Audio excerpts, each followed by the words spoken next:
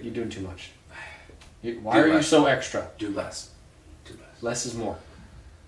Now you're not doing enough. You gotta do something. You gotta do something.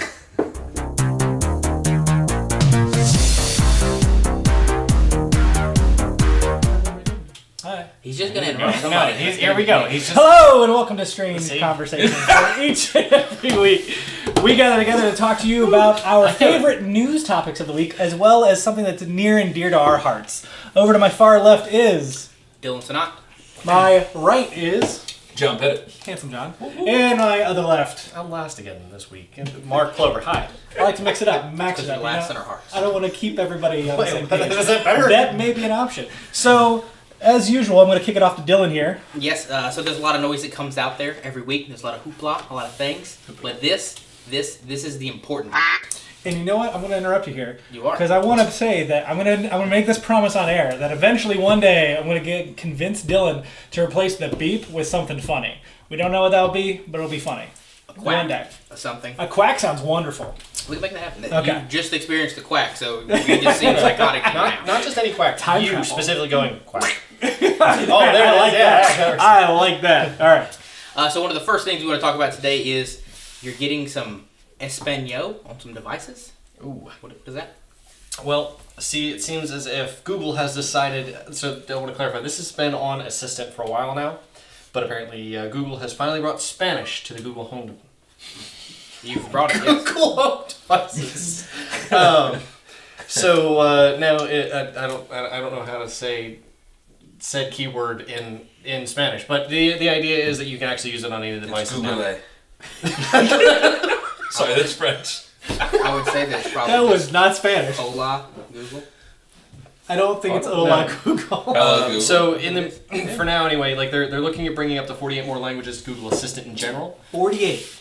Nice. Yeah, almost as many states as we have. Almost. I mean, if you include the other two languages, it is the amount of states we have in the United Now States. the impressive feat though is by the end of the year they want to make it multilingual. So the idea is you don't have, like right now you have to explicitly select English or Spanish. One or the other.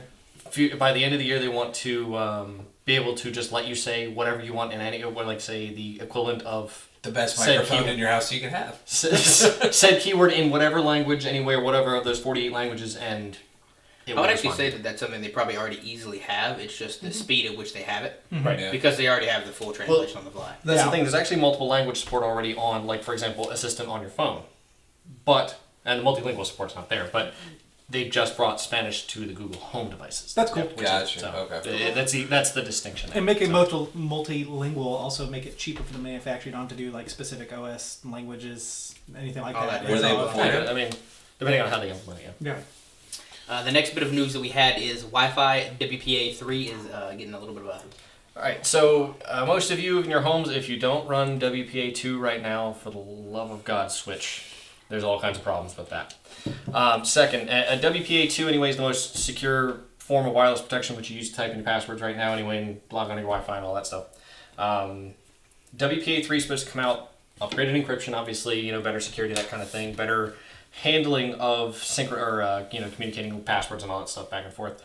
But the best feature, and this is probably the most forward-thinking feature I've seen, is the ability to share a password with a non-screen device.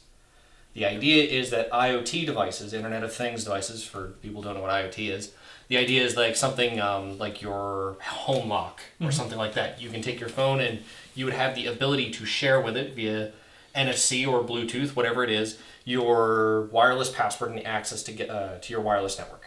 And the idea is that we'll handle that handshake between each other, and then it will communicate directly. That's super cool. So you don't have to try to type in It's passwords and do any kind of weird syncing. It's almost like there's this weird company that has a weird fruit logo on the back of their thing.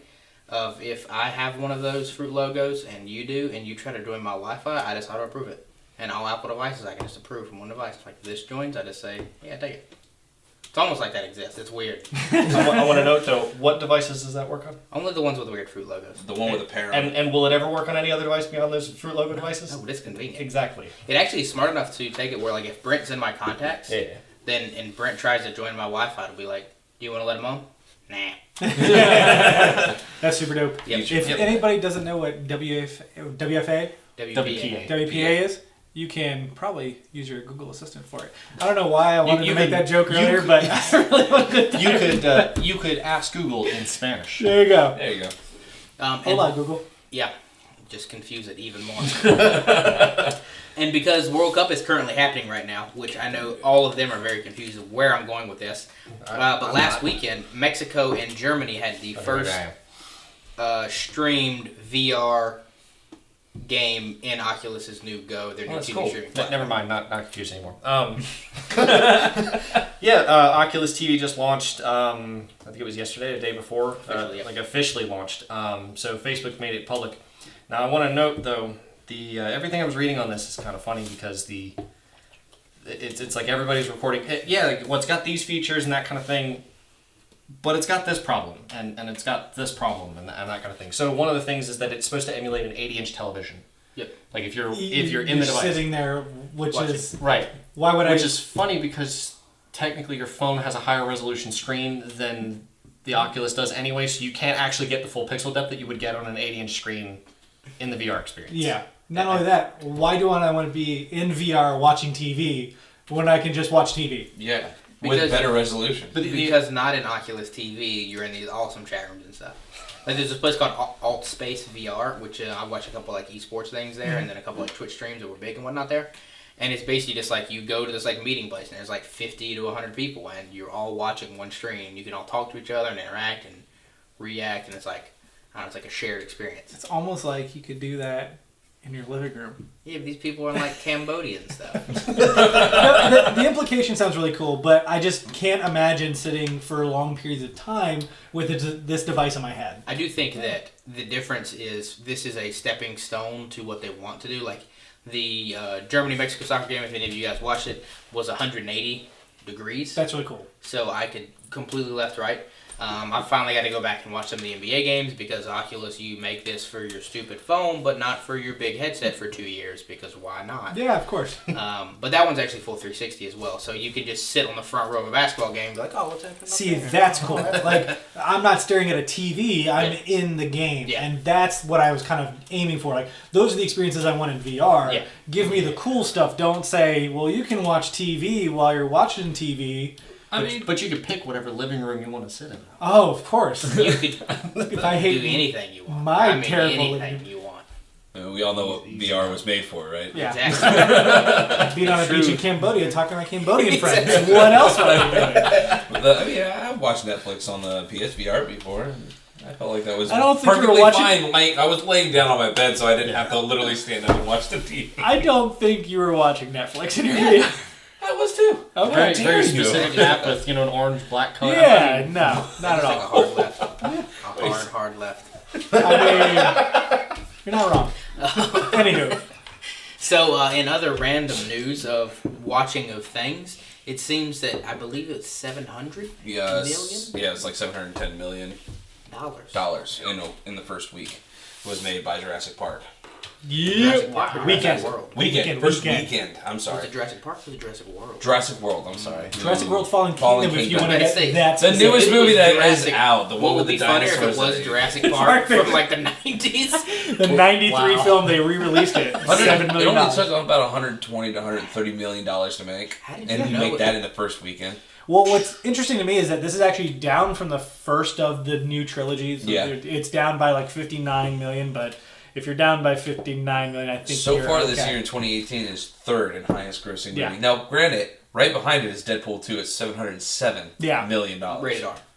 Rated R, which is important to note. Yeah, but still, like, it's only a few billion behind, or that's a few million behind. That's what I'm saying. Though. It is impressive with Deadpool being rated R. Oh, Yeah, yeah, yeah. absolutely. Well- And not only that, but Deadpool only took $110 million to make. Yeah. So they made, actually, technically, they made more money than that than Jurassic And the Park. lead villain couldn't even watch in theaters. The what? The lead villain from Deadpool couldn't watch in theaters. His parents wouldn't let him. I You've not haven't seen seen Deadpool? Deadpool yet, so What? we're just not going to talk about things. Villain's like a 12-year-old. Yeah, Why would you say that? That's I on the haven't watched trailer. it yet. No, it's not. Yes, it is. No, it's not. It is. No, it's not. Cable's the villain in all the trailers. What? No, the boy that Caleb. Yeah, in the trailers, Deadpool's saving him in every trailer. Yeah, No, You just called him the villain multiple times. the boy. Spoiler alert! You'll see, whatever. It's not really a spoiler. It is a spoiler. He's not a villain. No, He's just it was a giant plot twist. He's like an anti. Was it? Yes. I mean, it was literally in the first like 5 In minutes the of the movie. But that's In the the thing. trailer, Like, what you do you don't see? know it because In the you trailer, just I know know the boy Cable's has That's a powers fair point. and Cable's trying I to didn't kill think him. about that. Yeah, And then Deadpool's trying to save him. and Cable's like, No. yeah, he's a piece of shit, and Deadpool's Well, like, wait, we I don't have care. to stop talking about the That's movie. it. That's all you know from the trailers. I would still say Cable's By the way, I just want to put this out there. The only other 2 movies that beat out both Jurassic Park and Deadpool have both been Marvel movies. Yeah. At $2 billion and $1 billion. That is a B. Well, I mean, that's one is the pretty biggest one. evident with Infinity War coming out. Yeah. Infinity War blew it at $2 billion. Yeah. That's insanity. But, That's a lot of money. I still find it fascinating how much they've turned the Jurassic franchise into this steadily like building cash cow. Because granted, the first 2 films I think are excellent. This third one kind of went nowhere. And World, honestly, there's plenty of people who did not like it. So. 90% of people said they liked the movie when they watched it, but it got a 6 on Metacritic. I have no doubt. I mean, I feel like it's, 6. So, yeah, 6 out of 60, 10. yeah. I just feel 6 out of 100 would be awful. That's why I was like, oh. Sorry. I totally think that it's just one of those like entertainment value. Like it is an entertaining film. That does not mean it's a good film. No, yeah, it 100% is also entertaining. it's Well, a nostalgia you saw film. it, right? Yeah, I saw it the actually Friday that came out. And as a You know what? Spoiler for him. As a Get back Jurassic at fan, me. as a Jurassic fan, I really liked it. I can understand why people who don't like the franchise or are just kind of like, they're fun movies, will not like this movie. There's plenty of plot holes, but the ending had some interesting implications. Does Jimmy I just Buffett want to say he. get margaritas? No, he I does just not. want to say he loves dinosaurs so I much do. in Jurassic Park. He walks around his house naked, talking like a velociraptor. That is an alarming thought that we all needed. Yep. I also want to say before we move I on, have pictures. I was watching the movie and I was like, that's a Styracosaurus right there. That's a Brachiosaurus. That's a Baryonyx, and I was right on every account. So That's a What about Saurosaurus. what about the ones that they like fudged a little bit and changed up? the Indoraptor's the new one in this film. There, I spoiled something Oh, for you. I didn't deserve that. Well, you shouldn't have been. Is it an inside-out raptor? Because if it's not, that name does not sound cool. It's named after the Indosaurus Rex, or Indorex, I don't know what they call it in the first film. Segways are fun. Yep. They are. And speaking of money and lots more money, Oh, Jesus. Disney is upping the bids. Yeah, went from $52 billion, as also with a B, $1 billion to not $65 billion, but $72 billion, $72.3 billion. And now we know how much they care about Hulu. Yeah, a lot more than. You know what's funny? Reading all the articles, no one talks about Hulu. No. Not one word of it about Hulu. Which doesn't make any sense to me and just really makes me want to go to like Business Insider and Forbes and be like, are you dumb? You're dumb. Dude, seriously, You're dumb, you should right? be like, hey, you guys want a really good story? Run this about this. You've already talked about it once. Just let Expand me go. on it. Just let me go to the wiki and be like, who owns Hulu? Screenshot. You see that giant chunk of Fox. Yeah. The other chunk's Disney. Guess who now has majority? Yep. Math. I honestly think they probably paid a lot of these people just to shut up. Be like, look, you don't say a word about Hulu. No one needs to know about Hulu. Do you think Comcast is gonna counterbid? Well, I think that was the reason why they went from 52 to 72 billion. But we also saw Pretty Comcast went from Disney's original 52 to 65. Yeah, that was pretty bomb, but I don't think they have the stones to go 70 or above. I really don't. I know they got a lot of backing them. Yeah. They have a lot going on for them right now, but they've also got a lot of competition right now going on in the pools of internet that I think that they need to. They wanted to absorb that to get ahead. It depends on how bad they are, I guess. I don't know their portfolio or anything, so I can't really speak to it. They're apparently really terrible, so. Yeah. Yeah. Well, if they had enough money, they don't care, Mr. Terrible billions of dollars. Who cares? No, Give me $1 billion. I'll show you what I can do with it. I'll rule To the me, it world. looks like Disney's just kind of going with the high bid and saying, "We're gonna outbid you so far that we don't want you. We don't want you to come back." You know what? I mean, I totally just look at it. Look at how aggressive we are, and back. I mean, I totally feel like they're just trying to. They think this is going to be like the Facebook, Instagram move of like, Yeah. we're going to snake Hulu. People are not going to really pay attention, and then in like 3 years, and when we're dominating, they're like, "Oh, that was the smartest move." It's like Disney's like, "We don't want to talk about it. Just get this over with Yep. as quickly as possible." It'll be interesting to see if they actually get away with it. It won't even let me do this math. My calculator would not let me do the $72 billion divided by 65 million, which I'm sure you can probably do a little. Anyway, that's a lot of freaking fighter jets. I could rule the world with that. Just do 72. I will. I was going to, but I got stuck, and we wanted to move on. Simple math. Speaking of things that are not panning out very well, right now Sony is getting the hard shaft. Oh yeah. Especially on social media. Oh yeah. I mean, Twitter's blowing up right now between Minecraft and Xbox, going, "Hey, we get to play together, and there's no strife here. Let's make a heart together." It's so beautiful. It is absolutely gorgeous, and the fact that they went out of their way to design these, like literally these advertisements at the very end say "Play together." Yep. Xbox green, Nintendo red. Yep. Just so good. No purplish or whatever that makes. Blue. There you go. Sorry, I was close. Whatever. The spectrum was like. The worst part to me about this whole scenario is A, that Sony just like, that's fine. Yeah. And then B, the fact that like it just is so odd to me that with like even Minecraft that you have Nintendo just seemingly, I guess, kind of nonchalantly accepting achievements. Yeah. I feel like that's something that's like It's something they're okay with. kind of Like, whatever. overlooked at, but like I don't know. It seems like Xbox is just like making like the super play here. I agree with Yeah, that. no, but Nintendo doesn't really care about it because that's not one of their draws like it would be with Right, but PlayStation. you guys care about it. So therefore, if you can get your achievements on 2 systems now versus the other Exactly. guy who doesn't If I help liked people, achievements, that would be one thing. I only like trophies. True, but there are people who only like achievements. Yeah, I know. Yeah, no, I think it was smart on Xbox to try and make this work in, because you're absolutely correct.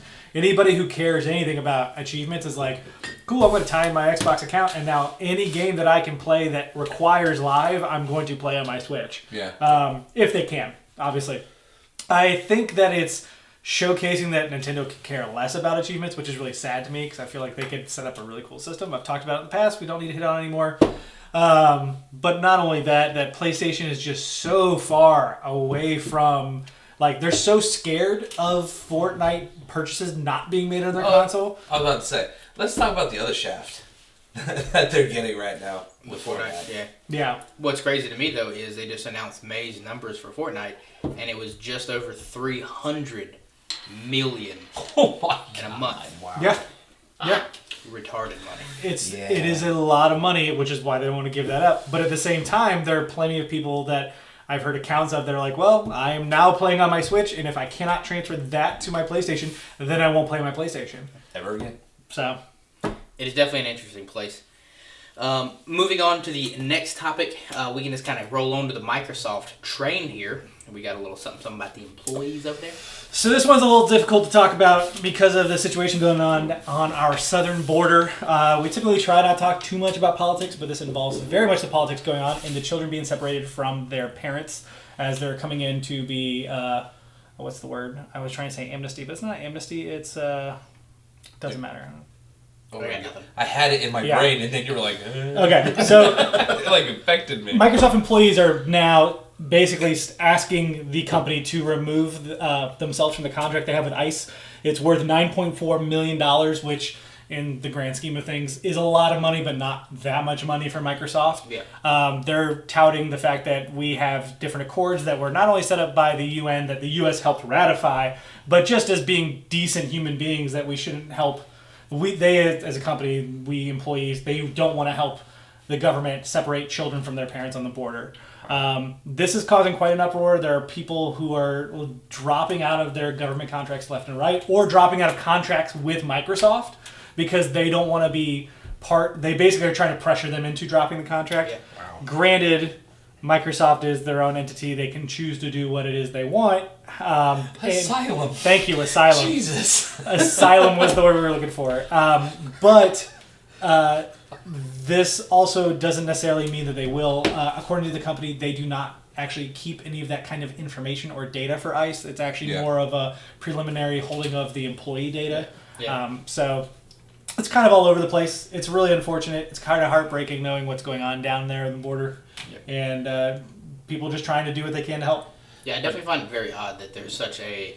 Like, we even saw this very recently with, like, the Yeti coolers. They got just obliterated by a large demographic of their supporters because of the whole calling out and saying they no longer support the NRA. Yeah. And then Yeti just got torn apart publicly from it because I guess a lot of their supporters are probably members of the NRA or at least support the NRA. It's very interesting just to see that there's such a public backlashing against Microsoft because, I mean, at the end of the day, like, Microsoft isn't doing anything bad per se. They're just supporting the people in which you think are bad per se. Yeah. we don't know what that make contract. the bullets. We don't shoot them at people. Yeah, and we don't know what the contract is and other things and the implications, but it is such a weird line because how much are they actually helping? But at the same time, these people feel like they want to help in some degree, so they're using their voice. They don't want to be a part of the problem either. Yeah. And I think someone should change Trump's Google to only speak Spanish. That would be hilarious. That would be hilarious. Oh my God! His Google Home only speaks in Spanish. We can move on. I don't want to stay on that. Oh, no, absolutely. So the next bit of news that we had is the Legend of Zelda in the old Canadian land is doing massively well. Yeah, this is a weird story that came out. I can't remember who it was from Nintendo. It might have been Reggie Fils-Aimé, because he tends to talk quite often about just numbers, general numbers. We don't actually have hard numbers, but he was reporting that over the course of the franchise lifetime, Canada has overperformed with The Legend of Zelda more than America, which overperforms both Europe and Japan. Which blows me away. Well, not only if you talk about population-wise, but the fact that, like, gaming, when I think of gaming, I think of the US, I think of the UK, and I think of Japan. Yeah, and I know there are other spectrums, but... Yeah, but think about this. In the US, like today, we could have went outside and played. In Canada, there's probably still snow. That's probably a factor. But not only is it Zelda, but Pokemon as well. Pokemon's another franchise that overperforms extremely well in Canada over others. So You're stuck inside, yeah. Yeah, I mean, but Pokemon's on the field. Like negative 30 degrees. Nah, you're not playing that up there. Well, I mean, if their economy's doing better right now, maybe kids can afford the games. That's true. There's that too. Yeah. The next thing we had as well is PlayStation Plus's games. Nope, PlayStation Now, but nice try. PlayStation I'm Now. proud of you. You did well. Give him a round of hands. Round of Close, applause. close. Round of hands. So there's a rumor after rumor after rumor, and there's about 3 of them now, that PlayStation Now will start allowing downloads in September, which is something we've discussed in here a couple of times. Yep. It seems like a no-brainer. What the crux of this is that the games you can download will only be PS4, which I thought was odd, and so I did a little bit of digging into this, and apparently it's because of the way the PS4 games work. Yeah. Is that they allow you to operate them while being downloaded.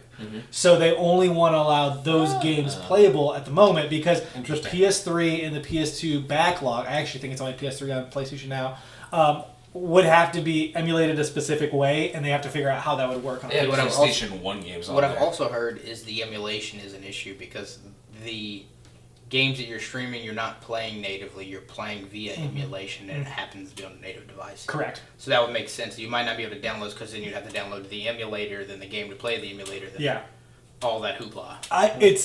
Well, go ahead. I don't know. Okay, I thought you were going to say I was just sort of agreeing. I was like, yeah. I do think that by the end of this life cycle, Sony is going to fix this backwards compatible problem via PlayStation Now. No. I do think that by the time we get to a PlayStation 5, 6 months beforehand, they're going to go, and PS3 is downloadable on here because PlayStation Now will carry on to the next console. I think they're seeing the play and how successful Microsoft's been, and they're like, oh, well, I guess we should do something with this instead of letting it die. It's more successful with Microsoft because they screwed up so bad. No, I think it's more successful with Microsoft because they talk about it all the time. Well, it's their biggest hitting point. They went through a lot of effort and paid a lot of money to go through with that. I also think they don't have the games in order to make their catalog fleshed out. So people go back, but it's still such an easy talking point that if Sony could get rid of it, even to not make any money off of it, which they still will, but if they made $0 off of it, it would shut that 1 point down. There's just so many new games out there right now. I mean, how much are people thirsty? He would. Thank you. 100%. No. Yeah, 100%. 1 out of what? 4 people? Yeah. Maybe if they're going to pay. If you would be enough to pay. So here's the difference. I would 100% drop one of the streaming services I have now to pay for the year subscription for PlayStation Now so that I could play whatever I wanted. Because that's what Game Pass is. Play everything we have available for you. You download it, you can play it. Yep. If I could do that for PlayStation where it is, guess what? It's been 5.5 years. I want to Platinum Infamous 2, and I can do that on my PlayStation 4. Can you use your old file? Yeah. That would be great. That's what I'm talking about. Because, so many games have been would you go back and play some Battlefield or No. Well, first off, can't. EA's terrible and shut down servers. But anyway, no, I wouldn't. I prefer the new games, and I kind of move on to the next stuff pretty quick. Yeah, most people are just so ADD about things. I mean, look at me lately. Oh my god, I'm one of the finishers in the group, and I have not finished 5 major titles in 1 year. My brain went there, but yeah, You're welcome. Started. I do. It's, Your point- what did I draw right before this? Okay. Yeah, so I don't think that they're doing this to make money. I think they're doing this to gain cachet. Because that 25% of players are going to sit there and go, you need to get a PS4 because you played PS3 and all those games you love on PS3, you can now play on this system. Don't get me wrong. I wouldn't say I wouldn't use it. I'm just saying that I don't think the draw is going to be enough to gain them significant sales for them. No, not at all. I don't think this is about sales. I think this is about cachet. I would never ever do this, but I'm confident employees at Best Buy and GameStop, this is another box they can check on their little sales sheet. Yep. That's it. And if 1 in 4 I think is wicked ambitious. 1 in 100 maybe is realistic. I was going to say 1 in 8, but tonight we were talking about Spec Ops Online and how I've never played that. I was like, yeah, I'd love to play that on my PS4. Instead, I'm going to bust out the PS3, which granted, I haven't busted out because I love that device. I But have to say, it needs a little love too. It does. it got plenty of 11 for 8 years. So the next thing that we had is we spoke about Fortnite earlier. The numbers just got announced today for May, which is a little over 300 million total. But the actual thing that I wanted to talk about is that it is the second fastest mobile game ever to reach $100 million on the mobile platform. And it did it in 90 days. What was the first one? That's The hot. first one is Clash Royale, the little mobile card game made by King. They're also... Or Supercell. Activision. Activision, yes. They also have Clash of Clans, which is on the list, and they have Farm Day or Hay Day or whatever it is. That's also on the list. So it's very evident that that studio is not going away. But Fortnite did it in 90 days, 100 million on just mobile devices alone, which is crazy because that 90 days factors in when it was only select people got invited in. Beta, essentially, yeah. It's not even that it was a full release in 90 days. Jeez. Ridiculous money. Yeah. They're just printing it. It's like they can't stop. I could have used Dion Who Wants to Be a Millionaire, by the way. So. Wish I could have been there. Yes. He's like, Activision. Oh, yeah. But yeah, that's incredibly. That's a lot of money. Like, think $100 million. Yeah. Like, what could you do with that? It's more than most games probably in ever 90 make. days. It's one of the reasons why Sony doesn't want to give up that cash. Yeah, but I'm about at the to say same they're time, so butthurt right now, and they just alienated that entire group of I was people. gonna say, Even people that didn't switch over, they were like, "Screw you, I don't want to play on yours anyway. I'm gonna leave." now the big question is how much will it take until they start losing that money that they would have gained? Yeah, but As see- soon as When they reach they the climax, switch over, it's just they're kinda running done. around. Get it switch over. Ah! See, I do think that the public outcry is much larger than the actual people who care. I'm sure. Because the only people I have seen who have posted about this were people in the gaming news that have all 3 consoles. Yeah. So it's like, I mean, at this table, do we all, with exception, I think I was the only one that have had every console this generation, right? You guys have I mean, had- there's been an Xbox One in Yeah, my you got house the at one Xbox point in time or One. another. I didn't own it, but I've had one in my Right. house. But that's I've still, touched it. we are totally in probably the top 1%. Oh, absolutely. Yeah. So how many, like most people who I feel own a PlayStation, I would say maybe half of them, that's their own primary console at least. And I think it's one of the reasons why Nintendo was so okay with partnering with Microsoft on this Yep. is simply because they are the newest console. So if anything, if anybody's going to pick up a console today, it's not going to be an Xbox One if you already own a PS4. Yep. It's going to be a Switch. So they're trying to make that play of like, hey, come over to us next. Come play with us. that kind of Especially thing. after E3, where they pretty much just bowed down and said, "All right, we're done." Yeah, they did. Yeah. And I definitely don't think it's going to push in the Xbox One. No. Who If- really cares? if It's anything- honestly just goodwill, and it's just a huge headline. Hey, look at us. Spend Yep. some Would money. you say cachet? Speaking of headlines, I think it was last Friday now. Instagram officially unveiled, released, and showed off Instagram TV. A lot of people were touting this as the YouTube competitor. I don't believe it will be such. It's However, going to murder Google. it is very interesting to me that Instagram is pushing a monetizable platform to compete with Google, I don't disagree.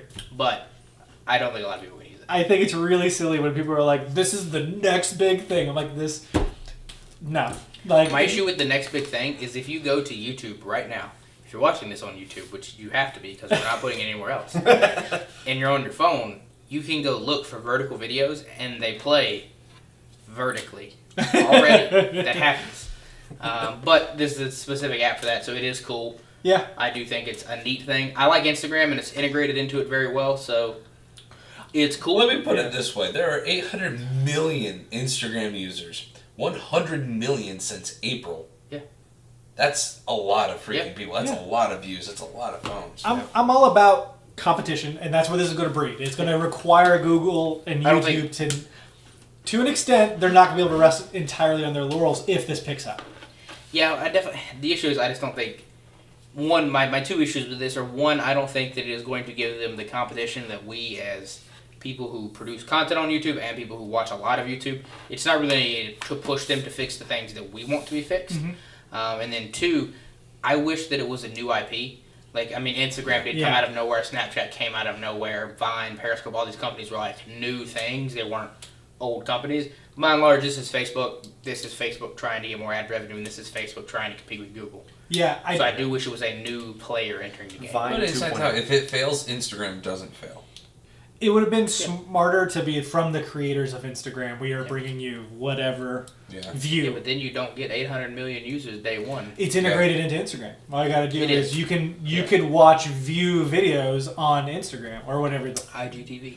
There you go. IGTV. I think that they're going to make a lot of money really up front, better. and they're probably just going to just push it. And people are either going to accept it or reject it. They wanted another platform. I mean, they're going to make money off of this. I don't think they're going to step up to YouTube's level just because YouTube's too established of a platform right now. I mean, you'll see other small video sites that have popped up as a result. I don't have a remote to turn my TV this way to watch the funniest videos.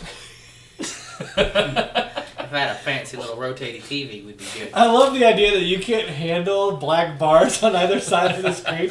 You're like, no, my monitor is flipped or it's not. Widescreen used to bother the crap out of me. I know you get more of the picture, but what bothers me is 21:9, which is wide or ultra wide on a regular 16:9. It's like I already have a widescreen, and this is wide. What? No, get on out. So moving on to the last bit of news that we had, I know that Mark and I are the only two people who care here, but there's at least like 100,000 people of you that care out there who have spent, I think, $200 million now. Star Citizen has entered 3.2. They're doing their quarter release. They're actually staying on schedule for the first time in the history of the company, basically. They're hitting their release deadlines. Yes! See, we I care. Okay. I thought you were waiting for I'm excited for the mining. It's like, I thought you were what's excited. that game? No Mansky? Yeah. I thought you were waiting for me to say release for like a sexual innuendo. No. So it was really good timing. Yeah, then it was. It wasn't at all. No. Dylan, you're our sexual innuendo guy. If you're the one talking, there's no other sexual. I know. I thought I was getting it Other than back. maybe John. The innuendos going through are accidental. You guys just catch them. Everything I make, it's like, oh, you catch it, and you're like, switch! Like, explode! I'm like, yes. Okay. It is very fascinating Release, because apparently. they spend they make a ridiculous ton of money, and they are also finally now delivering content. You can mine now. That is a big update piece. Are you relieved? Yeah, I have the mining ship. I bought it last summer or something. For how much money? I don't talk about Dylan, it. would How you- much real Dylan, world money would did you pay for that shit? Would you like to share to the people how much money you've spent on this game so far? So I don't know, but what I do know is I don't know if we brought this up on the show before. No. But a little while ago they added the new package, which I think is $20,000. I think it's the new bundle is $20,000 or $25,000. Yeah. But the only way to see the new bundle is if you've spent at least $850, and I can see the bundle. So we at least know that the bar is that low. I want you to know that I'm super excited for when you sell that virtual real estate in this game And make a ton. and make a ton of money. I just retired. That's Yeah, it. it's so much Because I fun. do have property, and it's a lot. That happens. Take me with It'll you. be a great day. It will be the greatest of days. But that It'll be a has day. been all of the creative things from the last week, all of the interesting things, or as we like to call it, the important. That was great. That was great. I'll do it together. Wasn't it? That was great. I saw you, and I was like, let's do this. On to our first major topic of the night. Oh, you're looking at me. I know, you're I good. just like... Do Mark steering first. Do Mark. Wow, that's sexual. What's that yes. supposed to be? Please no, don't do me first. around. I want Mark to wait for his final release. Dylan, you actually have the sheet over there. I didn't write down any topics this week because I'm a poor planner. So if Then you, why don't you start over yourself? I will start off myself. So I was mulling over the other night. I'm a big fan of the Percy Jackson book series, which also entails a couple of other. Rick Riordan is the author's name. He does a lot of. What? Rick Riordan is his name. No, Percy Jackson. He's done something before famous. Percy Jackson was a movie series. That's not the director. No. Mm-mm. Oh, Percy Jackson and the that's news. Harry Potter and the... Yeah. So Sorcerer's Stone. Percy Jackson is a series about young adults who are also like demigods and involves Greek mythology. Cool. Very cool. And I was reading one of the newer books in the franchise, which involves Norse mythology, and sat there and was like, you know what would be great is if one of these book series could be turned into a game, because they attempted to make a really terrible movie. It did not work out really well. I think it's the worst thing they could have ever done with the franchise. But what a great concept would be to make a game where either you get to play as Percy and his little band of friends and go on misadventures, third-person action, similar to RPG, God of War, that kind of thing, or you create an MMO where you get to pick your own parentage, you now get to be a demigod, classes and stuff. all this stuff, and that would be great. And so I was thinking, what other like cross-medium play would you do here? Either a book to a movie, which happens often, or a book to a game series, music to a movie. I've got one other I'm going to throw out, but I don't know if you guys want to mull it over. Or So I have two, and because I'm the studious one here who looks over these things well in advance and prepared.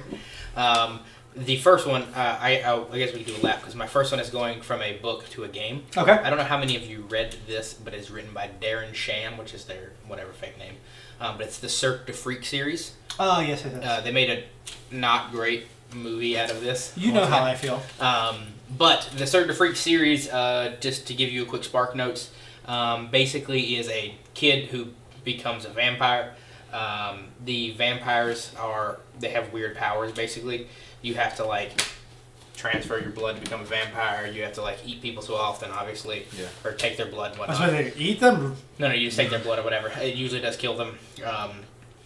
This kid, like, all these people in the circus are all these, like, they think in the circus there are these vampires or whatever, then the guy, like, finds out that one of them is.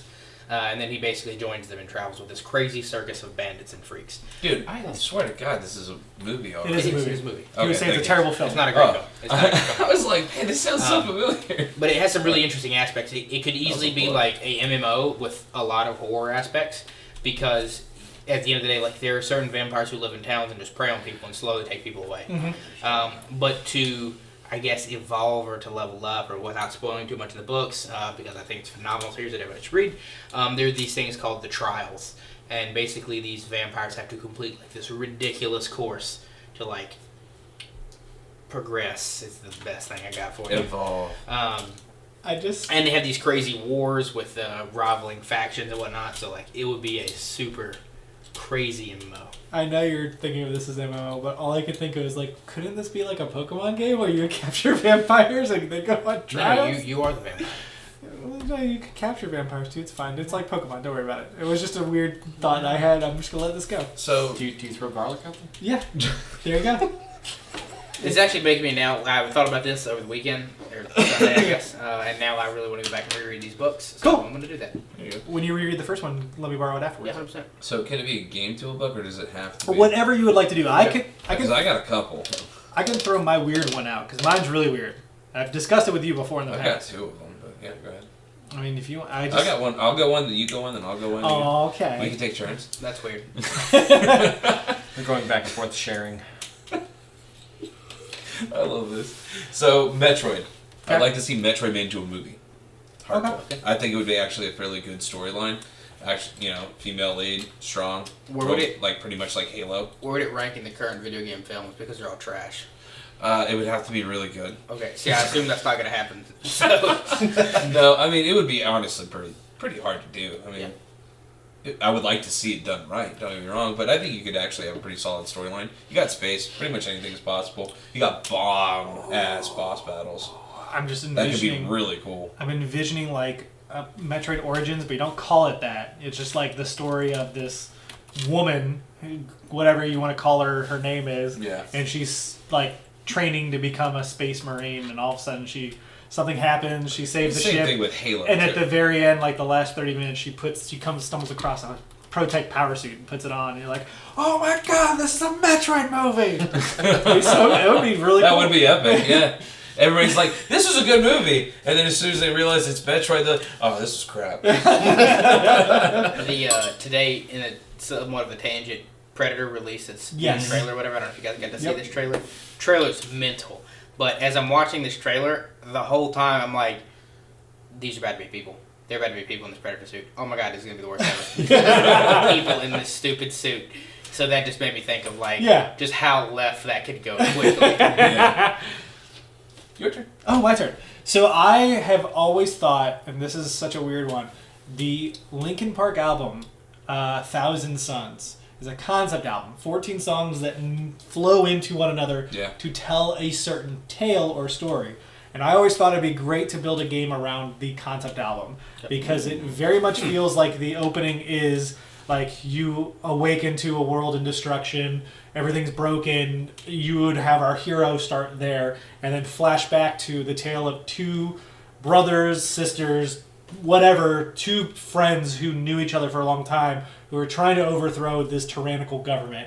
One of them seeking the way of peace, one of them seeking the way of destruction. And the story is that the one who seeks destruction wins and destroys everything. At the very end, you have to take him over. You have to take him out. It almost sounds like you have creativity. Almost. So, if you have never listened to the album, I highly recommend it. It's only 38 minutes long. It's not a typical Linkin Park album, so whatever your connotation is with the band, you can set that aside. But I think it's a wonderful piece to listen to, and I think it's really brought out this idea that I would love to culminate and turn into something one day. But I would love to be a game. R.I.P. Chester. R.I.P. Chester. That's interesting. I haven't heard anybody say that they want an album turned into a game. Yeah. That's interesting. I know. He's the creative juices that come out of this man. So, I mean, I don't remember the plot line of this. I remember the generalization of the world and everything like that from this book. There was a series I used to read when I was in elementary school called Artemis Fowl. Right? Speak to his heart. Be still my beating heart. I love that series. Right?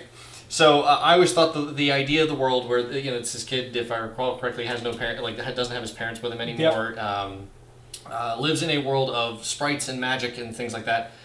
I don't even remember the general. So I'm going to tell you. I'm going to jump in here. Yeah. So what it is we've got Artemis Fowl here, this young boy, 11 years old, genius, heir to a criminal empire. Yep. His dad, his whole family's been criminals for years.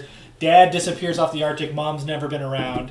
I'm sorry, Mom's mental. She went crazy after Dad left. And so he has decided that he's going to reclaim the family throne and get their gold back, get their heritage back. So what he decides to do is he's going to track down a fairy and hold her ransom, telling the fairy kind that he's going to reveal to the world who they are if they don't pay him. And so he goes and finds these mystic runes so he can learn how to protect the house. He ends up having her kidnapped and make sure that she doesn't have her magical power. They send in their version of a SWAT team they call the LEP, which are the leprechauns. And it is a very creative use of fantastical and modern day. It sounds like acid. It sounds like mob.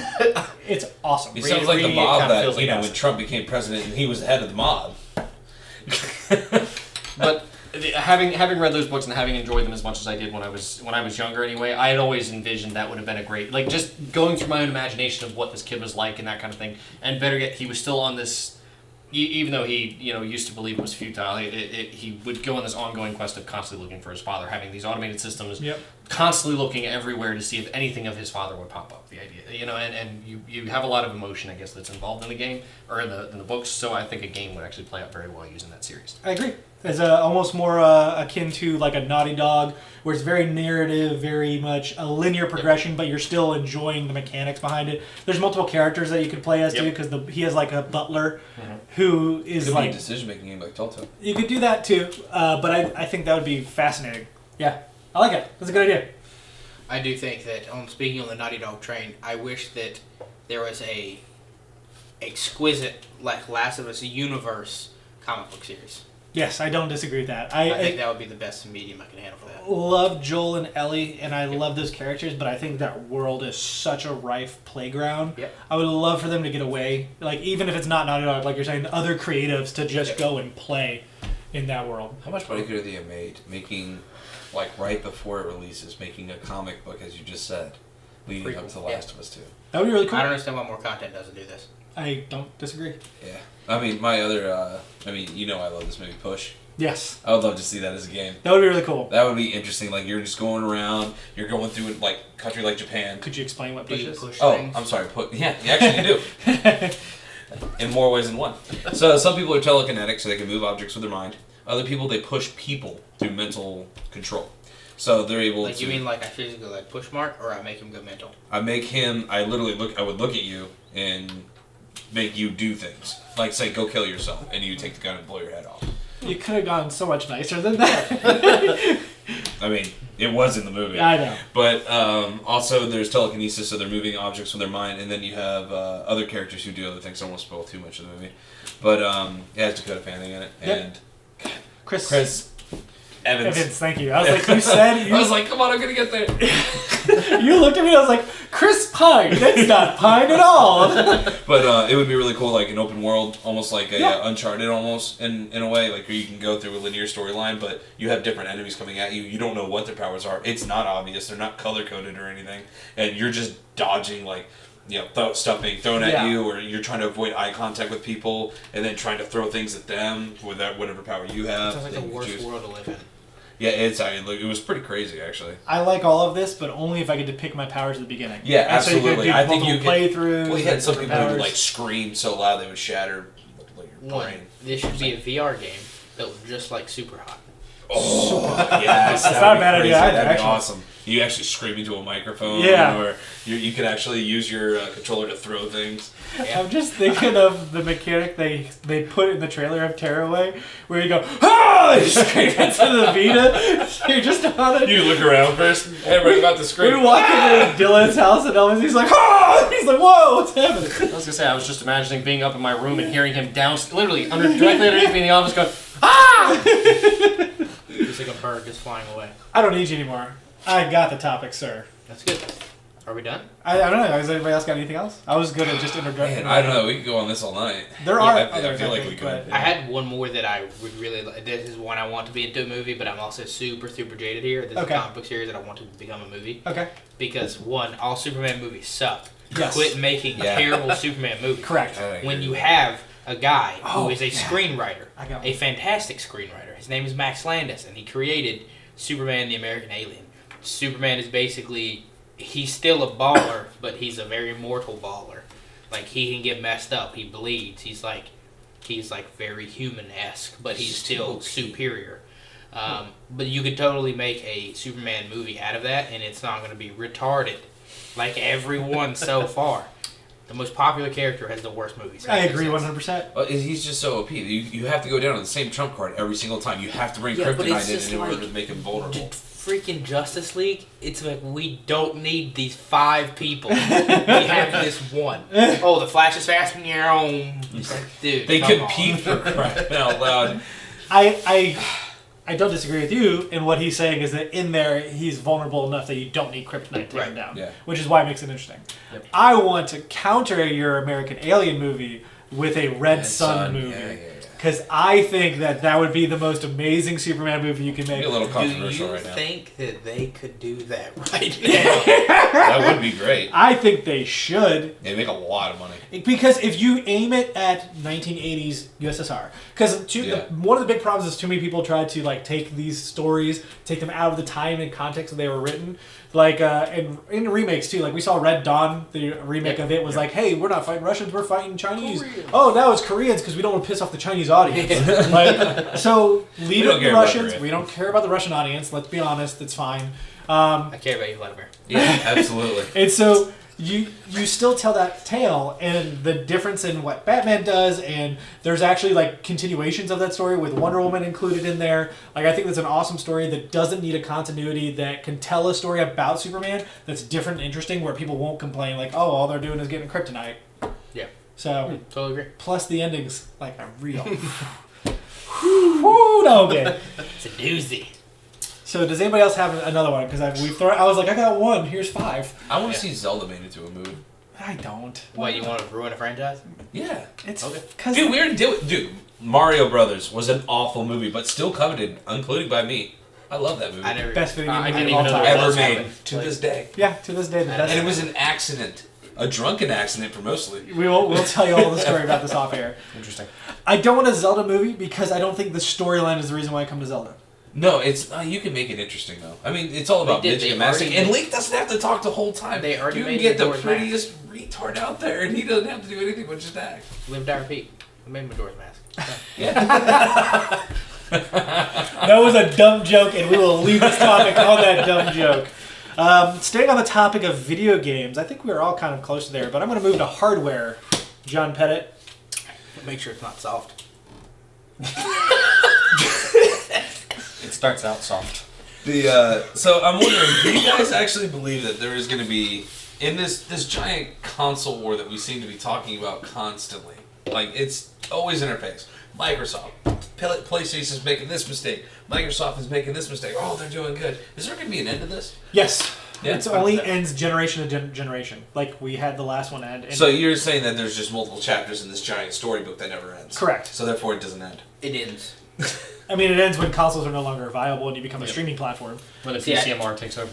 See, I don't think that either of those scenarios is accurate. I think one space is going to win. I think the hardware is always going to compete. Yeah. But I think we're going to have one unified software, and I think that'll happen in the next 10 years. You think we're going to have one unified software platform? Correct. Yeah, you like almost Ready Player One has. Like, in the sense of all games and everything are made for one vein, you would still have your PlayStation hardware that can access this space. You still have your Microsoft hardware that can access this space. But like, games are developed for one thing. You have different hardware tie-ins. You're out of your mind. Mm-mm. You're out of your mind. Nope. They make way too much money otherwise, and they wouldn't make enough money to make that valid. You should know better with your little fruit logos here. You know that closed systems are generally the way that a lot of companies go for that reason. I don't they disagree want with you you, to but I stay think that one of the two major players, whoever loses the next generation, is going to PC and is going to Steam and being like, we're ending this. So that I don't disagree with. I think that's like a storefront like Steam being open to the extent where people are like, hey, I'm going to buy an Xbox game or a PlayStation game off Steam. That makes sense.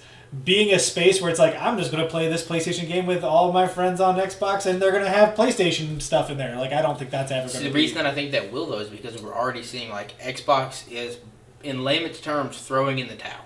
They're basically saying, like, hey, we're going to put all our stuff on PC. Hey, everyone on PC, you can play our stuff with your PC stuff. I think the next step is if they accept the Microsoft Store is not going to compete with Steam, being like, hey, you can buy Halo on Steam now. And guys on Steam, you're playing with Xbox guys now. And then, however, that's why I think the next gen we're going to see, if Sony loses, Sony goes to Steam just like they did with Portal. And they're like, hey, we're playing together. We're going to figure this out. We'll find out about that. It's too big. Yeah. We still have companies like EA and Ubisoft though who are completely against Steam apparently aside from Ubisoft coming in there, but like I still think Microsoft's probably still going to stick with Microsoft Store and stick with the Xbox software. Just you have a lot of people to play closed system. Like technically, you really only need Xbox. If Xbox or Microsoft, whoever loses the next gen, I think has to do it, and they have to go to Steam. And if they allow their games to be cross-platform on Steam, and if the other one doesn't do it, the other one dies anyway. Mark's right. They're not even playing ball now. Why would they later? Because you have to. It's live or die. Do you want to become Sega, or do you want to stay Microsoft or Sony? I don't see how Microsoft putting their games on Steam is going to make Sony want to make that jump. Yeah. Well, if Microsoft puts their games on Steam, then everyone can just buy everything on Steam and play with Xboxes. Yeah. It's a huge step. Like right now, like basically I don't you care go about Xbox for hardware, and then if you want to do digital, you go Steam. Like that's pretty much an acquisition. What?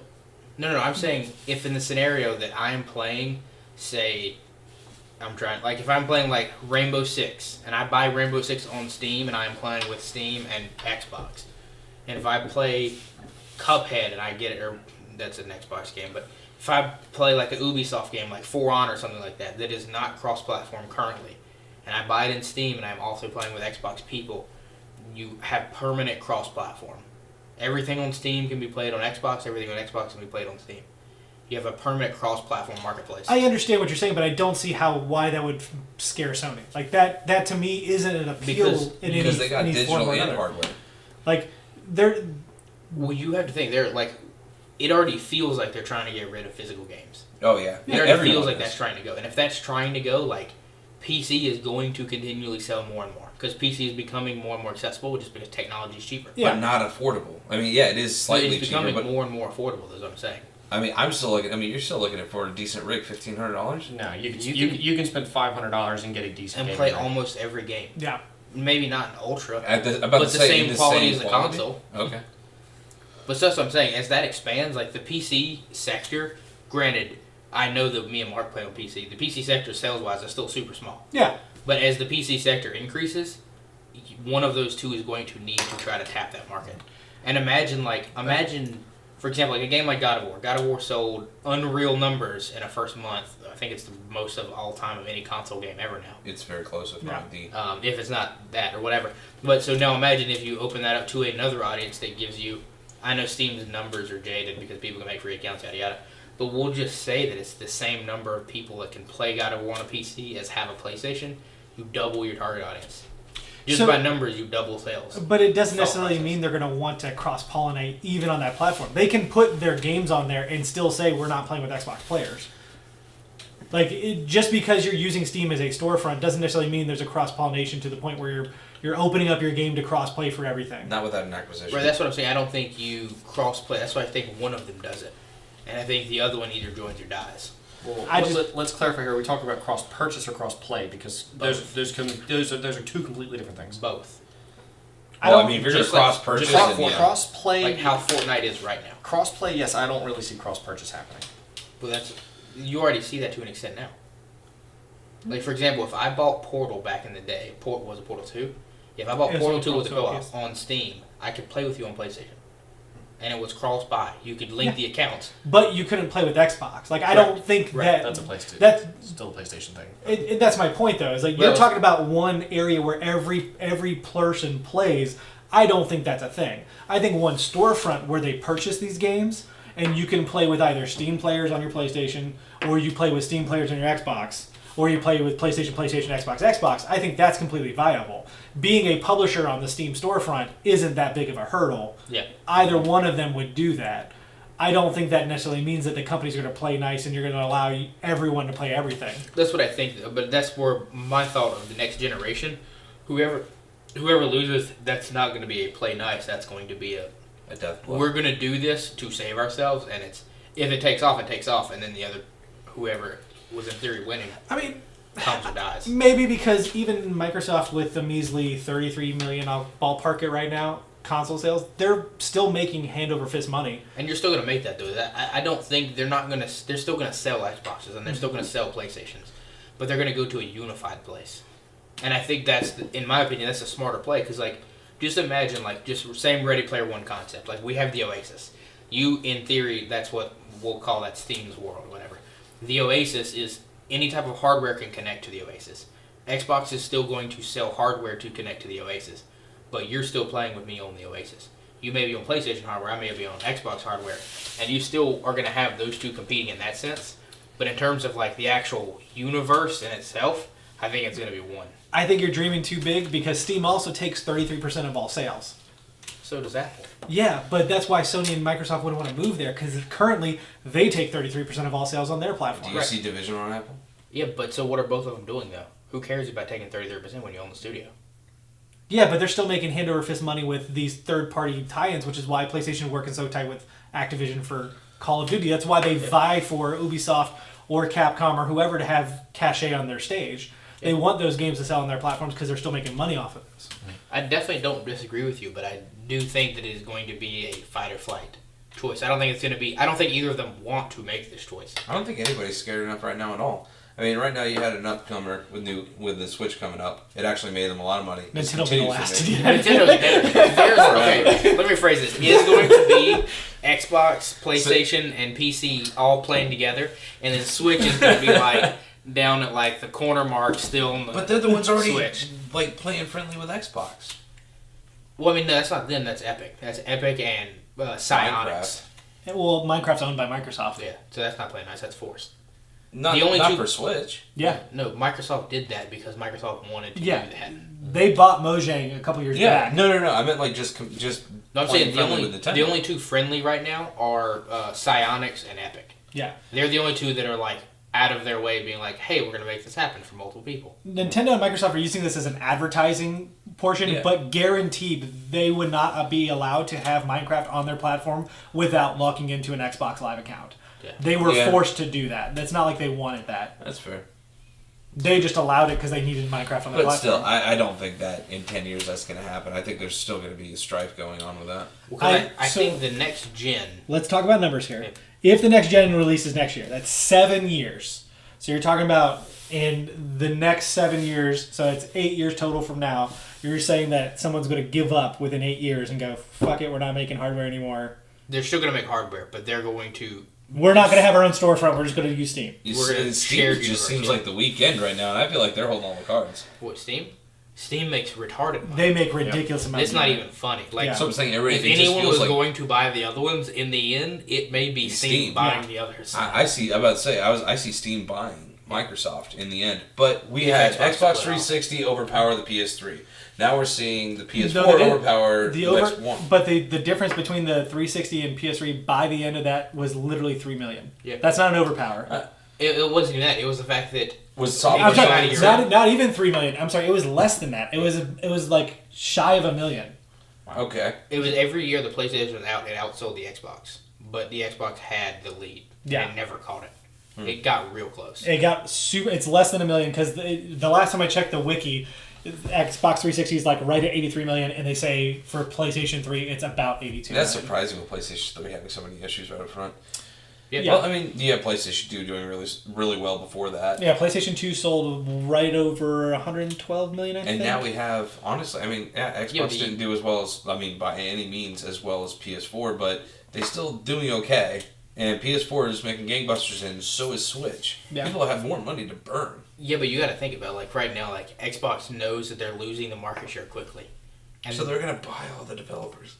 Right, and that's their play, but, like, it's either going to work or it's not. And if it doesn't work, do you become Sega and you go from being one of the biggest console creators to I own 2K and I make video games now? I make a publisher. Yeah. Or do you say, hey, other guys who make a lot of games and have a storefront, let's keep me alive. I'm going to sell hardware for your storefront and we have a shared universe. So is the thought process that they're going to have Xbox One 3 and it's going to have their own proprietary storefront, but you could also buy those games on Steam? Is that what you're thinking? I don't think it's their own proprietary storefront. You think they're going to use they a Steam? connect to the So Steam. they're making a Steam machine. Basically. Yeah. They're Okay. making the Xbox branded Steam machine. Yeah. I don't see that happening without an acquisition. I don't. And I think it's really going to depend on the deal that's made right before. They might say, look, we're thinking about doing this all digital thing. We're going to create the hardware, like you have just self-explained, but buy Xbox out, essentially. So you get the Xbox name, so you have the hardware with your digital. I don't They think- would never want to do that. Yeah, I don't think Xbox sells. That's the reason. I think Xbox loses the next generation. Not only that, That's I don't why think they'll they lose. sell. No, If no, they were that's- smart, they'd sell the Steam now. Steam's not going to buy Xbox. Why Exactly. would they? They don't care. They'd start their own if they were Yeah,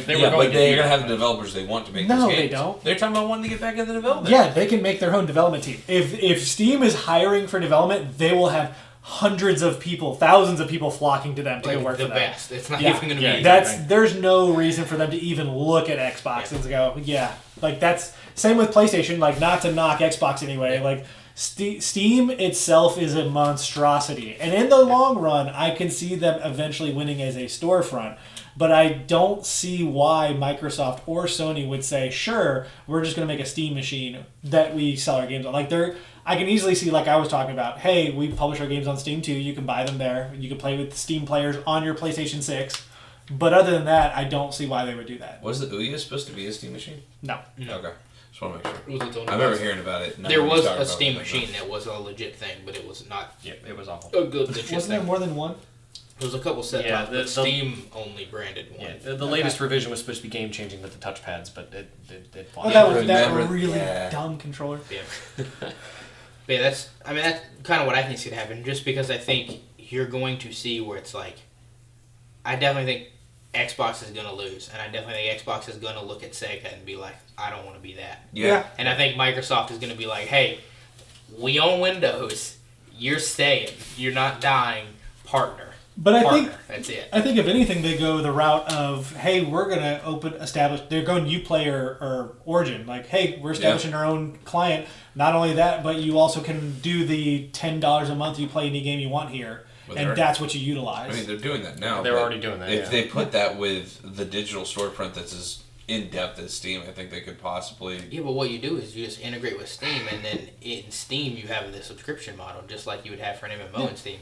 You'd be like, hey, within Steam, spend $10 of your Steam dollars for the Xbox Game Pass. I still just don't. I don't see either one of them wanting to sacrifice that 33% on No. every purchase. I mean, of their games. I don't see them wanting to do it. I see them thinking Having they to have do to that. make the choice. I understand it from that perspective where you're not making revenue as it is. You may as well take, 10% of something than, not. Like it. But they're making revenue as it is. Right. Like they would have to lose I so think- badly that they would lose money out on those Yeah, I mean, consoles and on you the got to revenue think though, they're like taking in. this console generation. I mean, it's 2 to 1.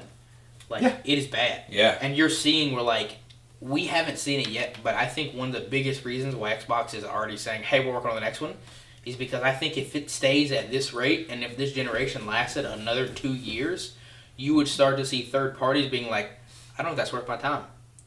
I can only sell to 30 million on your system. I got 100 million on PlayStation." No, because all their engines already allow them to port either way. Like Yeah, they exactly. built them specifically for that. For Why both, would they that's not? what I'm saying. So everyone seemingly is about like one. I'm surprised the Division 2 is still on Snowdrop. I'm surprised that Madden and those others are still on the same Ignite engine. So when they reconfigure this whole new engine, now with timing, I don't think they make another engine at the end of this generation. It doesn't make sense. We No. make it for 1 year, You 2 make it. years. You make it for the next gen. So you make it for the next gen in 2 years. in 1 year. In 2 years. But so I'll you give make it a year so now. anything you make currently, if it's for this current gen, if you need to make anything in these last 2 years, how worth it is it to spend the extra time on Xbox right now? Definitely worth it. They still make money. Like you make it sound like they're not making any money at all. The profit is still there. I don't disagree at Xbox. I'm saying like if your target audience is 30 million, Yeah, if that's your target audience. but you're not So making what it is Assassin's Creed selling? exclusively. You're not making it exclusively for Xbox One. You make it for Xbox One and PS4, Right.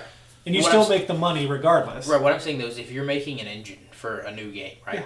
And if your numbers here are like, say it's next year, it'll probably be like 80 to 90 million versus maybe 40 million. Mm-hmm. So what's the attachment rate of an Assassin's Creed? You get 20%. Yeah, I put it there. You do 20 million on PlayStation. You do 5 million on Xbox. It's still 5 million people who are spending $60 or Yeah. $30. There's That's going a to- lot of money to throw There's away. going to be that, maybe not Assassin's Creed because their attachment rate is 20%, but then definitely like smaller tiers are going to question this. It's, Oh, it's yeah. the reason why Japanese developers typically do PlayStation only, not Right. both. Exactly, but I was saying like that with time going on, it's only going to get worse.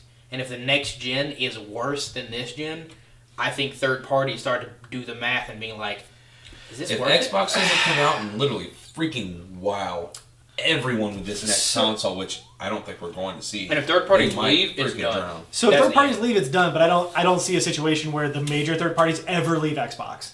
There's no reason ever Even to. think about like the Nintendo Wii, like third parties Yeah. dipped so hard The Wii when and they Wii- had consoles. Wii Or they had technically consoles. they still had it. Wii U, I'd argue, you were right. Yeah. Because But because Nintendo they're still recovered from literally Ubisoft is still releasing Just Dance 2018 on the Wii. Yeah. Like, come on. Yeah, but I mean, after the Wii U, Switch came. They recovered. So there's nothing saying Well, that Xbox There's can't nothing saying recover they well can't, from yes. And that's what I was going to say is the original Xbox tanked. The original Xbox made them no money. It was a terrible piece of hardware for them. Halo They saved them. released Halo did good for them, How but much then they so? released the 360. But how much do you think? How much do you think Scorpio has made them, if anything? Not a whole lot. No, Do you think they made money on Scorpio? I think they've made enough to cover their costs. Yeah, I think it's because what went into Scorpio isn't just for Scorpio. It's going into whatever they're using next. Parts of it. I don't disagree with that, but like to me, Scorpio right now looks not good No, it doesn't look great at all. because it looks like you spent a lot of money, and I'm not thinking you're getting that back. Now, if it's in the next one, sure, you can at Yeah. least share the R&D costs, yada yada. But I definitely think that question is going to come up unless the new system blows it. I think Out of the water. I think if we were going to see this kind of greedy nature from Microsoft, we would have seen it this generation already because they have been losing it hand over fist every time. You're looking at plain old numbers; they've lost since the beginning and have not recovered. I mean, we've been saying for a while now that the reason they've been sinking so far is because their IPs aren't good. Yeah. Their games have been crap, and they don't have many of them. And here they are doubling down on all that to Yeah. make a better thing. So I definitely think that you're right. It would take a long time for them to even think about this about face. I just don't see it, personally. I don't see a company like Microsoft wanting to relinquish that kind of control. This is the same company that was like, don't forget, we've got the Zune in the Zune marketplace because we're not going to publish games on Apple's iStore. Yeah. So I don't know. I think there's too much stubbornness in there. I believe it, with the DRM and how much they ate for that killed them. The DRM killed them. Which is unfortunate because there's actually some good ideas in that. Yeah, I don't disagree at all. So Wow, I didn't realize that was going to spark a fire. Mark's just like, I'm just like, I'm wow. afraid to say anything because I got lost in this so fast. I mean, there's a lot going on. It's like I'm sitting here watching mom and dad kind of fight, but not really. It's like a fight, but it's not a fight. I also am curious as well because we've already seen Xbox threw in the towel on VR. Yeah. They've said it they're again. out.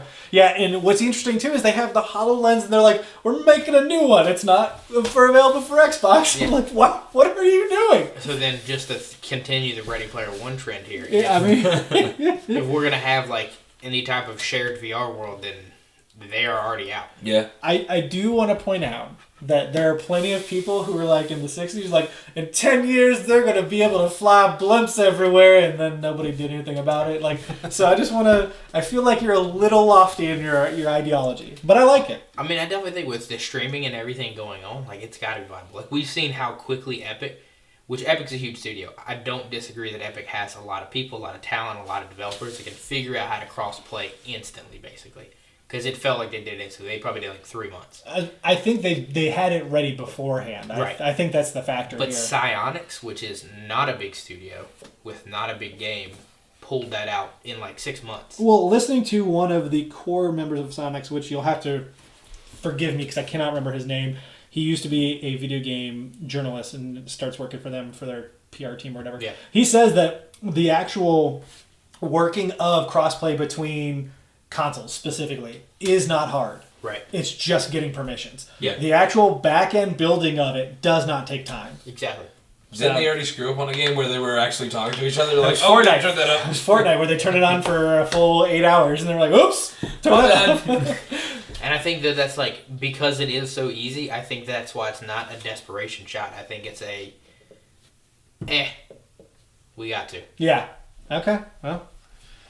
Because it just takes like, if Ubisoft is the first one that does it, you get For Honor, Siege, Assassin's Creed, and all these games like crossplay instantly if you can get that between all three areas right now, because I don't count. Well, we didn't even go into logistics like cross-play shooters between PC and console. That sounds god-awful. If we wanted to be here for the next 5 hours, we absolutely could. But I mean, you say that, but then Fortnite, like a lot of really good people still like controllers. They still like console. Yeah. I mean, it's Counter-Strike. It wouldn't make any sense, but whatever. I don't know. I guess we'll see in the future. The future. Do we want to end this topic? Because we've been on it for a minute. I mean, look, to be honest, like, I don't know. I don't foresee Who wins the console war? Does it end? Nintendo. I think Nintendo Nintendo's gonna kill it. I think he's gonna kill everyone. I do think they really could outlast everyone. Yeah, they're over 100 years old, so They've been around forever, done the most. Nintendo's the kid who And they plays seem the to corner, be. it's just fine by They know itself. when to play friendly. Like right now, they're like, oh, we're gonna port this, we're gonna port that, we're gonna port this. Hey, what's going on, guys? Yeah. What do you mean they're We win! doing? What They're happened? You playing give me for all the- your stuff. In Port City. They're like, wow, we'll release like 2 games a year that are sequels. Hey, you guys got games? Bring them over. Port City's making a lot of money.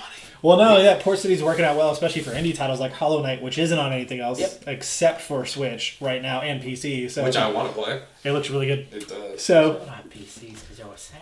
No, because it's the same thing with Brent. You want me to play PC? I'm not gonna play PC. You want me to play Metal Gear? I'm not gonna play Metal Gear.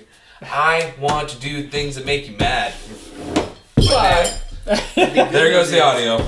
That should have affected the audio. In the eyes of age. I personally enjoy my PlayStation ecosystem, so I don't want to give it up. It's not that. It is more of there are so many games that I wouldn't have been able to experience only on console. No. There's still games that I definitely prefer on console, obviously. I'm going to play them. Even if The Last of Us was on PC, I would still want to play them on PlayStation. Yeah. It just would feel right. I have too many games now. I don't I don't need disagree. more. I don't need I more. don't need more consoles. I bought like 7 or 8 games on the Steam sale. I know. And I only know 2 of them. What? How do you only know 2 of them? Because my buddy was like, hey, these games look cool. You saw it in the Discord. They're like, Yeah. yeah, look at this. And I was like, let's go. Cart. And then when I checked out, I was like, oh, shit, there were 7 games. I only had 2. I think that the console war will just evolve, just like consoles will evolve. I don't think it's ever going to stop. I think it'll just continue on as these companies continue to go at each other. And I don't see a world in which there's just one company. I think there will continuously be these companies fighting. There may be one marketplace, and they have a little bit more cachet, but I definitely think that's not the case. And I think you can only judge the console war by generations. We think, Marcus? Classic. I agree with Brent. I don't see one unified company coming together. I don't see, or one unified platform anyway. And I mean, because you were talking about hardware sort of being the difference. I don't see hardware being the difference, especially with, you know, like what we've been seeing or what we've been reading about, you know, streaming and all that stuff kind of becoming a thing or whatever. Hardware almost becomes irrelevant at that point. Yeah. So realistically, I think the point of it being a platform is that it's a platform, is that you're there because of what it is, what it has, and what it has to offer, and you kind of pick blue or green in that sense because you want either the games and the hardware from this side or, let's be real, the games from this side. Yeah. I think that in my closing point, I just want to note, what was your first cell phone? Oh, I can tell you. What was it? It was a Samsung flip phone. Okay. What OS did that run? Samsung native, right? Probably. What was It your was a first singular phone. Let's put it that way. I was 15. I think it might have been not the Razor, but the one that came after the Razor. Should have been some Sliver? weird Motorola OS. Yeah. What was your first phone? I had a Kyocera, Sliver? but it all ran No, Verizon's I wanted OS. to- I wanted Verizon's Sliver. OS. Yeah, You whatever did. Verizon's No, operating system it was. was the I had the two Sliver. Mine was a No, we'll talk Nextel about it was little like this We'll talk about it. phone, right? A little tribute phone. It's weird. I think almost everyone at this table has one of two platforms that survived. Almost every phone went to one OS. Almost every phone unified. Two OSs. I'm saying almost all manufacturers. Gotcha. Apple yeah, was yeah. a new manufacturer. It kind of came up. Yeah. But like the Titan, the one that everyone thought would outlive them all, now goes to Android, and that's BlackBerry. Yep. Like it's a unified place. And everyone still sells hardware. Sony's still not fine, but they're still there. Samsung's still there. Sony's LG, big outside HTC. the US. What? Sony's big Yeah. outside the US. But you have all these manufacturers building products, and I think that the console war is going to be just like that phone war that took like 5 years to go from this Razor's the coolest thing in the world, this LG chocolate, this, to what Android phone do you have? Or what iPhone do you have? Yeah. Which is why I think it's going to be whatever Steam's Utopia is called, and then whoever wins the next gen. It all That's your depends on the question. market share and what the market can bear. What you just told me is Google's going to come out with a gaming OS, and everybody's going to go to it, except for Nintendo. Nintendo is going to be the Apple of consoles. And there's going to be one that comes up that just stays there forever. Yeah. I don't think your analogy works here simply because the reason why that industry was able to proliferate itself the way it did is because of subsidies. The companies were willing to pay subsidies so that you're going to get a new phone costs you $200 every 2 years. And there's no one paying subsidies for these consoles that cost $500 when they come out. Technically, there's no one paying subsidies on phones anymore. Correct, which is why I think people are transforming into the newest phone a lot less. Transforming, I don't know why I said that. Swapping. Transferring, swapping. Freaking But awful, I feel like that trend has gone away because consumer-wise, it was great. Company-wise, it was terrible. It cost them too much money to do so. Unless you had a similar bump or reason to like help proliferate that kind of swap, I think it's going to be much longer before that happens. The answer is friends. I do have to say, it was a lot more interesting back in the day where you had like the LG chocolate, you had the Motorola Sliver. It was also more interesting back in the day of like, who can you text for free? Oh, I can't tell you Yes. who for free. I can't talk to you, Brent. you I'm can sorry. talk for free after 9. I can only send you 100 text messages every month, and that's it. And I'm sure there's plenty of you who have just zoned out because you have no idea what we're talking about. Welcome, Gen X. We're on the conversation about console wars future and what's going on today. So I think we should go to your topic, Mark, and we have talking enough about time? Soivas. We have plenty of time. Cool. Talking about Soivas. All right, so big push that we saw recently. Now again, going back to the streaming, is whether or not this becomes a relevant issue again. Is the push for dedicated servers. The one thing we heard 1,000 times during E3 was dedicated servers. We have dedicated servers. We have dedicated servers. For For Honor, right? For Honor, and then a lot of others that decided they were going to do it. Anyway, the idea is, I guess the question is, do you think the push is more like, or would you be willing to pay more for a game if it meant that they had dedicated servers? No. Or pay the same amount you're paying now, because I mean ultimately prices are going to need to go up in gaming because it hasn't gone up in a while. Yeah. But dedicated servers are generally rather expensive because you have to do a giant upfront purchase and then you have to maintain them and pay for them over time. Yep. The question is, are you willing to pay more for that or pay for a subscription to a game if it means they maintain dedicated servers? Or are you okay with paying the initial price anyway, just so that you get somebody to host it on a console like a lot of other games had done since then? I will tell you why the first option is terrible for a lot of games. What did you talk about earlier with Battlefield? What do you mean? Can't play Battlefield, can you? originals. That's because EA didn't maintain the the dedicated servers. The listing servers, not the dedicated servers. Like I know Halo decommissioned their dedicated servers back in the day. Yeah. Call of Duty has the PC Call of Duty decommissioned servers. But like Call of Duty lives on because if me and Brent are 2 countries away and we go on hosting servers like how it is now, non-dedicated, we can still play. That ecosystem survives. Yeah. But I'm going to go back to another point you also made is how many people still go back to play a lot of these older games? Call of Duty is still real popping. I got on Black Ops 3 the other day and I was like 1 million people in that motherfucker. I get that. Like, woo! Well, I hope that they give it That's away. more than the new one. I think this is an odd question because it depends on the game. Like something like Division, which does hosting. Well, you can't. That's irrelevant for that one, obviously. Yeah. But B, I'm the wrong audience to ask this because primarily I either play cooperative hosting games, which are Division, Monster Hunter, those types of games, or I just don't play. Yeah. Right, and that's what I think cooperative games are like. When I thought about it initially, I thought of Call of Duty, which I understand from a pro standpoint. Yeah. Should be dedicated, but for anyone who's not playing the game for money, it does not need to be dedicated. In pro environments, they are dedicated servers on site anyway. It doesn't matter. But then the other games that I would want to play like that, like if I want to go back and play Borderlands and it was dedicated servers, I could maybe not go back and play Borderlands 1 because it's dedicated servers. As long as they don't make the Metal Gear Rising error, where you can't play the game without there being a server, and then close it and then kill the game for PC. That was horrible. Mac, I'm sorry. Yeah. Mac, my bad. But yeah, that's why I think it totally depends on the game. I play more, I guess if I play a competitive-esque game, it's Call of Duty, and if I play like anything else I don't care about. Yeah. Like, I mean, I understand, like, CSGO, it's inconvenient, but there's third-party platforms to handle that.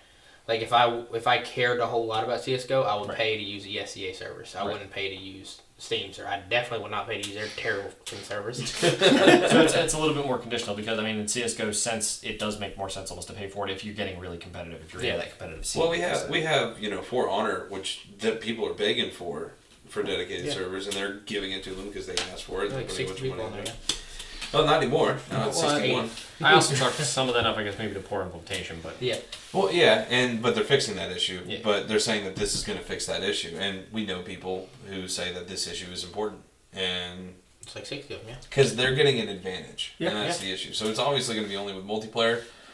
But how much advantage? I mean, Call of Duty, there's massive advantage. Yeah, We've seen it many times. Ridiculous. Why is this guy running? What? Yeah. I'm upside down on this guy. I also think that what you're talking about with the paying extra is a very interesting point because as much as this year seems to be the death of season passes, I also think that because of that, it's going to be the second life of season passes. Because to extend games' lifespans, like Rainbow Six Siege, like sure they get away with it because they rake in money, but that's because they have season passes. That's because they still have continued content. But Only if that Division content's 2, worth a damn. Yeah, but Division 2, I don't know how they're going to survive that. I mean, they're going to go completely on sales, but there's no, like, the idea is that all the DLC from there is free. Yeah. Okay. I don't know how they're going. I really don't know how they're going to continue to survive with a 3-year layout. They're going to pull the. They only give a year layout. Oh, I thought it was 3 years. Three Three different packs, drops that's right, in the 1 year. Regardless, though, And there's nothing saying they won't do anything after the fact, and there's nothing saying that they won't have in-game purchases such as clothes, skins. But what I'm saying is gear. it requires developers, development time, and you have to pay people and pay for those servers to be able to keep that game running. Oh yeah. You know, I mean, without a subscription model, you're kind of banking on the fact that you make enough sales right up front to be able to afford it. And to be honest, if you don't cross a certain threshold, then literally everybody who's already purchased your game gets screwed. Another thing that they did to help, sorry, not to get you off, but they did a world events, and that actually got us back in the game. I don't disagree with getting you back in the game. The issue is that you've already paid them, and they didn't get any more money to do that. But I think that means they have to stuff. I think that you're going to see, that one, yes. That's what I'm saying. With the advent of this whole free year or whatever, I think you're either A, going to see the direct response as video games go up in price, or B, this season pass thing comes right back and it's the same money. So then do you want to pay more for the game that has a dedicated server that you don't have to pay a season pass for? I would rather pay, if you bundled it? I hate season passes and I hate tiering. Yeah. So I would much rather Destiny cost $100 and I don't have to worry about if I'm compatible with Brent and if Brent doesn't get this or that or whatever. But that doesn't stop them from making shitty DLC. I don't disagree with you. Assassin's Creed Syndicate. I don't disagree with you, but that's just going to be one of those scenarios where trust the developer or you don't. See, that's the thing, because Assassin's Creed has done good things and bad things. I don't disagree with that. And I'm like, okay, so Assassin's Creed Syndicate was a great game, so I paid for the DLC and everything else up front. Paid the $90. That's like story based though. I don't mean necessarily story based. I mean like Call of Duty is super annoying because it's like if me and you want to play Call of Duty, you can't go into the same map queue as me because I have maps and you don't. Well, we ran into that problem the other day where we were actually waiting on you. So it was Brian and Evan and I were playing zombies. He has all these other maps. He's like, oh, well, what do you have? The original? Yeah. Oh, this is the least fun one. I was like, well, that's what I got. So that's what we're playing. And I think that's my issue with that. Like when it comes to like story stuff, like sure you can totally have like the Last of Us prequel thing. Like that can still be $20 or whatever. Like that's fine. And that's also more content. But like if I am buying Call of Duty and you like The Division, like you were telling me you're making these 5 extra maps and this 5 updates and world events and all that stuff, like cool. I'm gonna pay for that now because I think it's gonna work, or I'm not gonna pay for that now because I don't think it's gonna work, or whatever the case may be.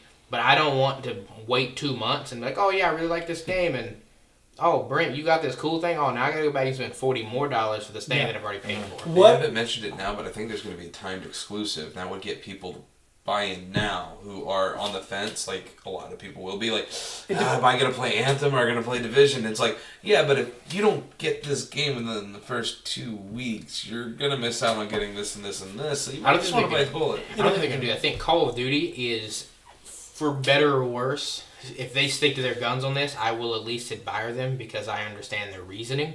I think that they should instead just make the game $100 and be the first people to do that, as crappy as that is, and it's probably not going to sell as well, but I think they'll still sell a lot. I think that's the move. It just increased the price of the game. What about the concept of maybe paying a fee per year after your initial buy? So you spend $60 on a game, let's say Rainbow Six Siege, and you pay. World of Warcraft. Going to do that? Well, I mean, again, you're getting the $60 for your year's worth of play, whatever that may be, whatever content that incorporates, then a $15 fee where you're like, hey, you're good for another $365. We're giving you this content throughout that. So you're still talking about a subscription service, just yearly instead of monthly. If we're talking about Madden and FIFA, and insert every other sports game here, and they don't sell them every year, absolutely. If we're talking Call of Duty, Activision will be crucified at the stake. Yeah. For that. And even most other companies, I think, would just get crucified if you tried to do that. I definitely think it's an interesting point. Get away with it if they didn't release a new game. I see. That's why I'm thinking more along the lines of something like Overwatch, which hasn't released a new game in however long, or Rainbow Six Siege, where they're continuing this content push. They're trying to get people to buy stuff or keep it going. It's almost like Overwatch should have been free to begin with, like that other game that's nowhere near like it called Team Fortress. My brain thought you were going for not Paladins, but what was the other one that Gearbox released? Battleborn. I thought you were going for Battleborn. I was like, that was not free to play right away. One too. Then neither was TF2. Well, TF2, when it became relevant, was free. No. It was relevant before it was free. It was more. It was less relevant before it was free. But the only reason it went free is because it was so old by that point. You guys remember when we enjoyed the fact that the PS2 allowed their eyes to blink? PS1. I miss those days. The PS2 allowed their eyes to blink. In Madden, they were blinking in Madden. People lost their mind. Well, I remember when they had individual grass strains, and that was like the most unique thing you'd ever done. There was whichever NBA game was the first one that came out for PS3. I remember the big thing was like sweat was coming down like the side of his head. Like you get to see how nasty they are in real life. Drilled that in. Yeah. I personally think that this is something. I would argue that we've talked about before is like the price of games just need to be played with. I don't think we need everything to be every AAA doesn't need to be $60 or $80 or whatever the case may be. We can have $100 games. We can have $15 games. Like step in the indie space. Basically. I mean, it's the capitalistic environment. It's like if you think your game's worth $100, throw it out there. But if Battlefield comes in and goes $60, well, instead of standardizing, let market take over. Yeah, my only qualm with that. But they're going to, just like gas stations. That's what they do. That's why they're angry, because that's why they're still selling their shit for $60 a piece. Somebody needs a more fuel-efficient car. My bad beat. My bad beat.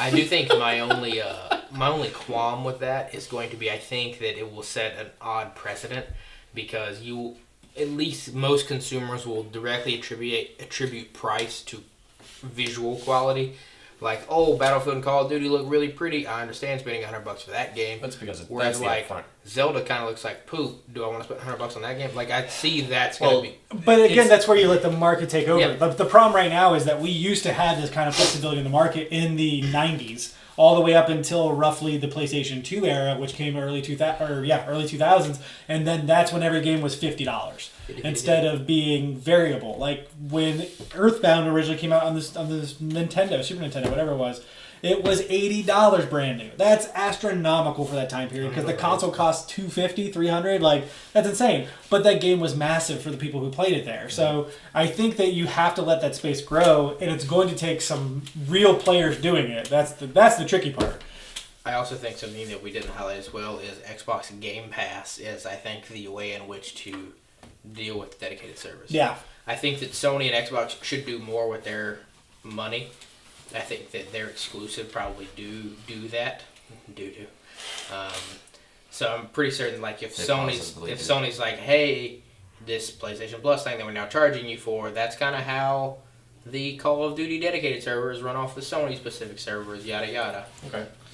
Turn your vibrate off. I guess if the price maybe went up for something like Game Pass, like I could get. Well, you that. have Game Pass Plus Live, so you still have to pay for Live. Right. Yeah. And Live is supposed to be the online thing. Well, I mean, So we're it's like- paying for that right now. Right, that's what I'm saying. So it shouldn't be that much of a big deal if they actually use that money to invest into it instead of throwing it in their pockets. But they're also putting it into games that we're getting it for the pass and everything. Microsoft's big sell anyway with trying to, and this has been their sell since the 360, paying for a gold membership, was the fact that matchmaking was something that the developers could tie into with their own server system. Yeah.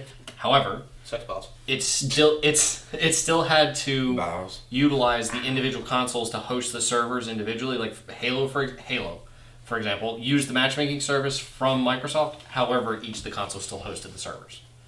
Yeah. So is this for 2 or 3? All 3. 3? Actually 3 plus actually. Oh, well, Yeah. I guess The it Master was Chief all of them. Yeah. I wonder if that's why Up they until like Master two. I Chief wonder if that's why Collection, people yeah. like 2 best. That's why the Master Chief Collection sucked testicles. People are probably still waiting in queue for that game. Bows. It's unreal. Yeah, because Yeah. didn't 5 use the same system as the Master Chief Collection? Yeah. And it was also trash at launch. I just want to let you all know, I am terrible at Halo. I am not good at all, but I placed the 3rd highest rank in the game. I'm not good. It's got to be abundantly clear. Wow. That's Not hilarious. good. Not talented. That's how bad the game is. Wow.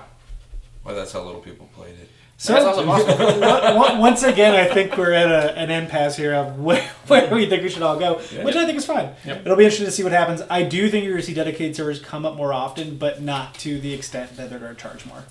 I just don't think. Okay. I think they will, I some of think Ubisoft makes enough money off of the Assassin's Creed, off the Watch Dogs, off of everything else they make to pay for dedicated servers for For Honor and for You know, If you're going to talk like the Big Ten, then yeah.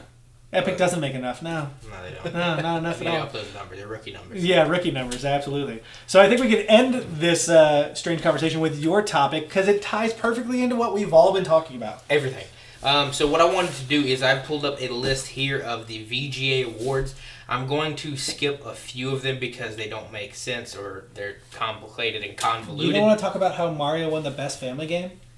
I mean, we could do the family game. It's just more of the... You want to talk about how he abuses his friend Best that he just made by throwing him at people? I don't think you guys will have a lot of input for Best Esports Player of the Year. I have plenty of input on that. Was it John Pettit? Or the biggest game for impact. Which that's kind of cool category. Wasn't that held? It was. Yeah. So he was. So I'm just gonna go from the bottom and come up. Like Chinese Fan Game Award, that was a Oh, goody. Guess No who helped offense. fund the Game Awards? Yeah. Tencent. It's extremely specific. so we're gonna skip the esports ones except for the best esport game. Overwatch, obviously. You think Overwatch is gonna win again, back to Dota. back? No, I don't think they're going to win again. I wouldn't be surprised if Siege. Siege Oh, would yeah, definitely I be- can see that. Yeah, we could- I mean, I think they have enough of the cachet. They're releasing that documentary that they showcased at E3. They have enough big stuff coming to the game, so I don't see why not. What else would be in that category? A mobile game, maybe? I mean, you probably have Clash Royale. Yeah. You would probably have Fortnite or PUBG. Yeah. You probably wouldn't have both of them. Yeah. I think Fortnite. I would probably go won. Fortnite over The PUBG. issue with Fortnite is I don't know if Fortnite qualifies for any of these because it's not out. Yeah, it's still technically a beta. It's an early access game. Oh, right. Because I know But PUBG, didn't they qualify they last year? released beforehand because they're shady. They release like the Wednesday before the VGAs. Oh, that's such trash. Yeah. That is such whatever. And I think that you can't Who's have an suing who unreleased again? game.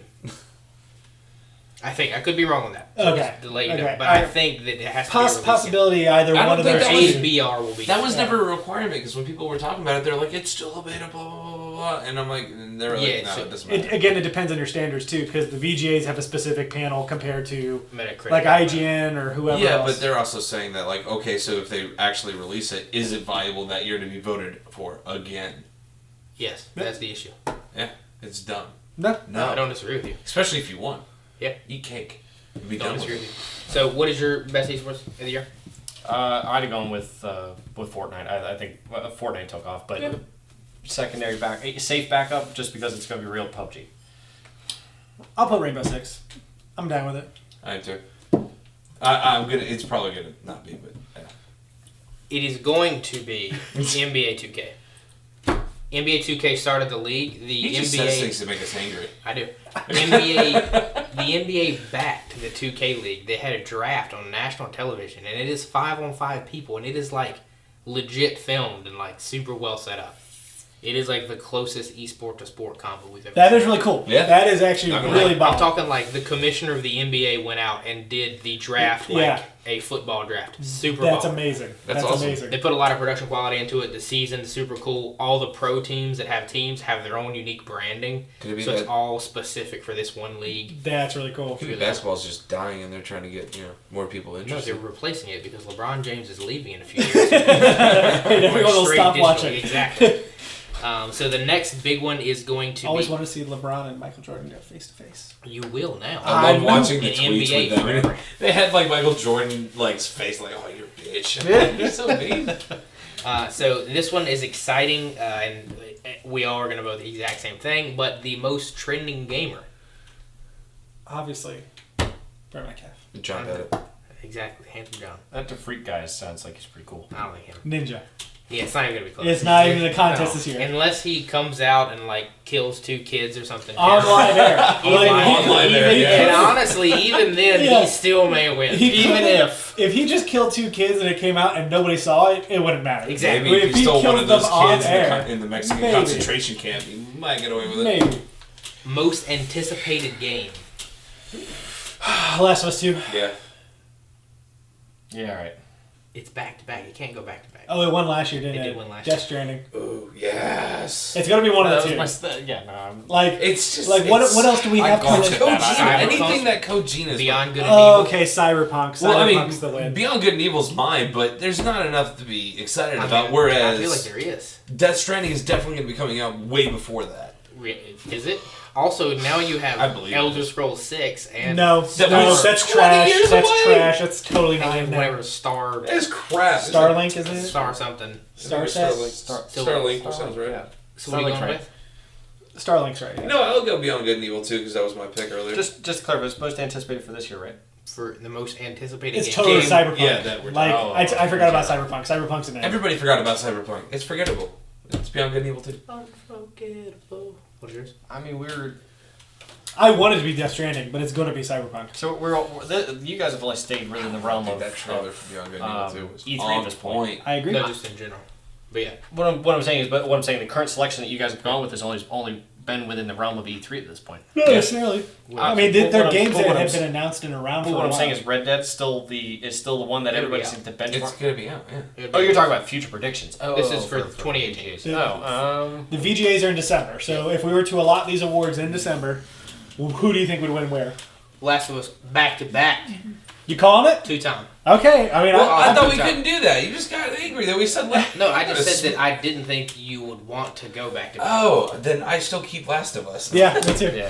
I thought you were yelling at me. you were too. Like I'll they I'll already stick won. like this I was Death like, Stranding. I "Ah." really do think it'll be Cyberpunk or Death Stranding, though. Yeah, I'll stay with Death I Stranding. don't think it's going to be Death Stranding. I think Cyberpunk is the obvious winner, but I want it to be Last of Us. So. Just because it made so much stink and it was so unexpected, I think it's gonna go winner. Best indie game.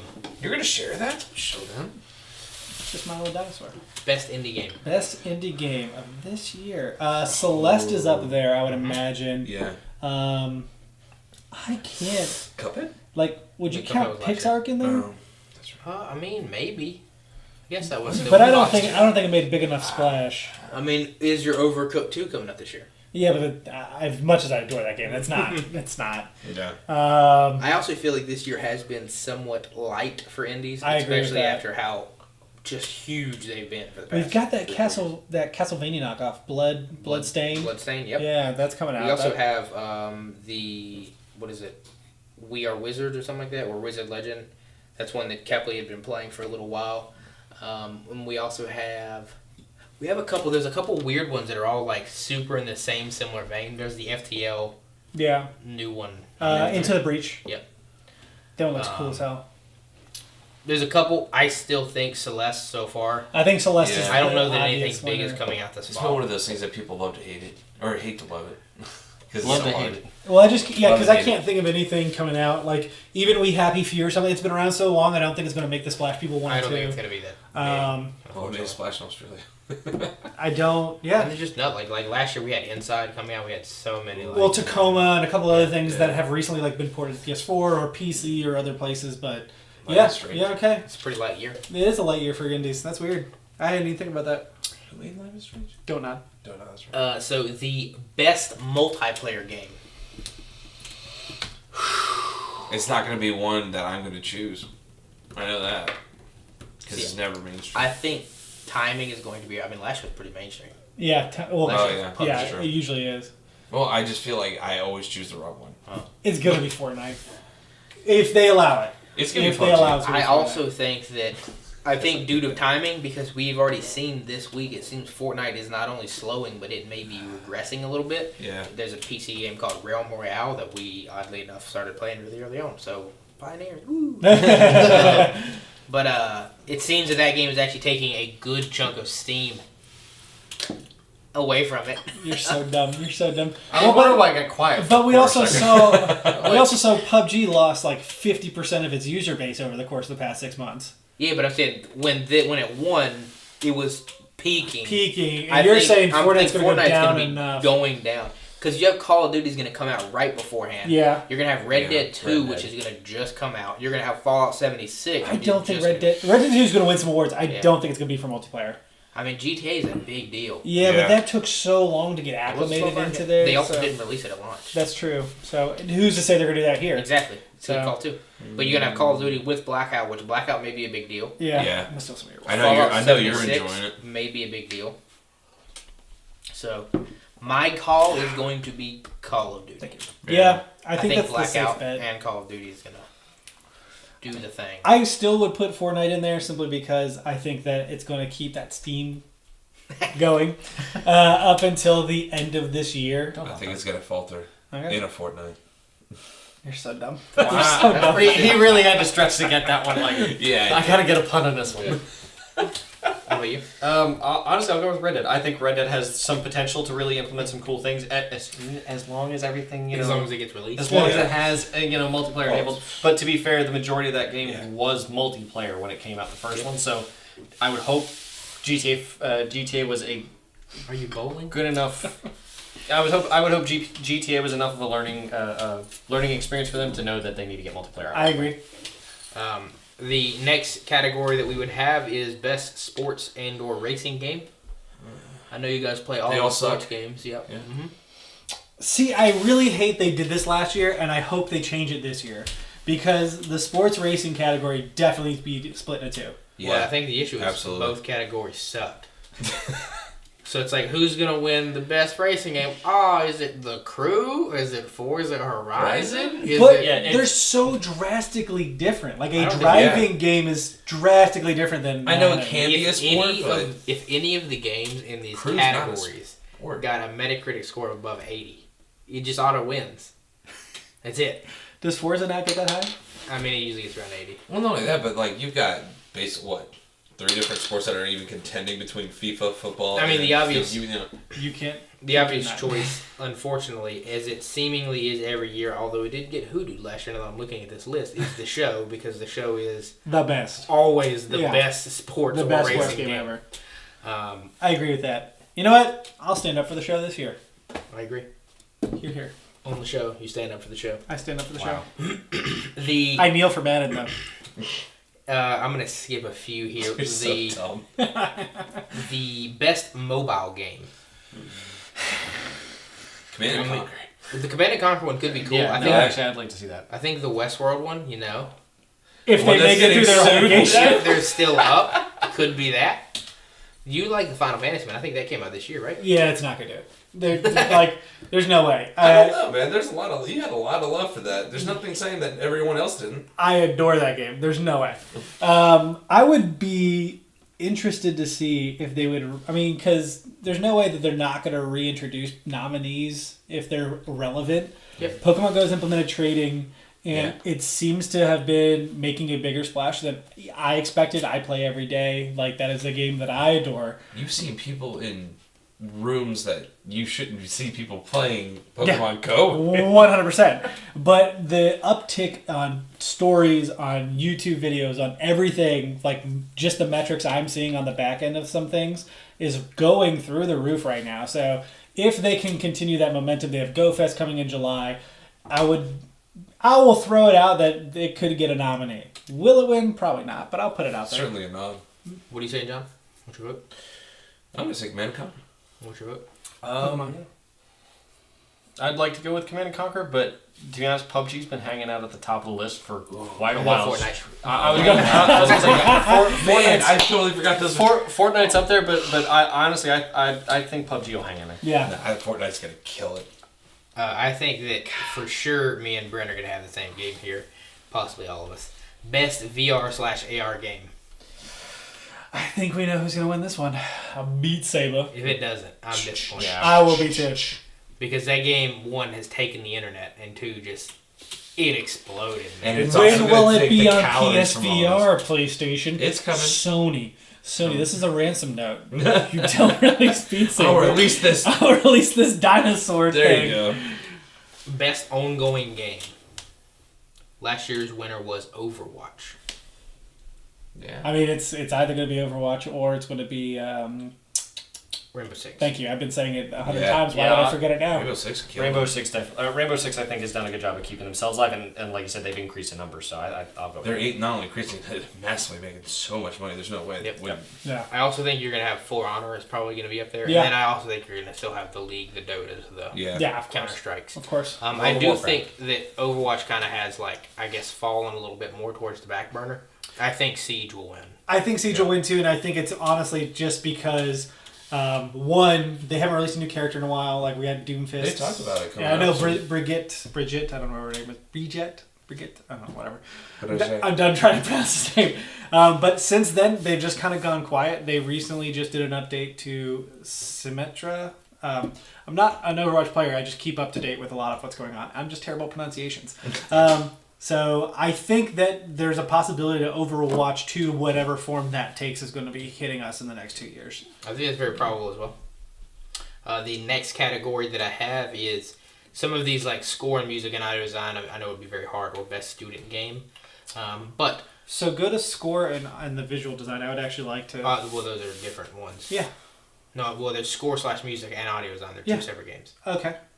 Do you want both of them, or do you Yeah. want one of them? Yeah. Well, Okay. Best audio design. Okay, who's last year? Hellblade. Okay, for audio design? Yeah.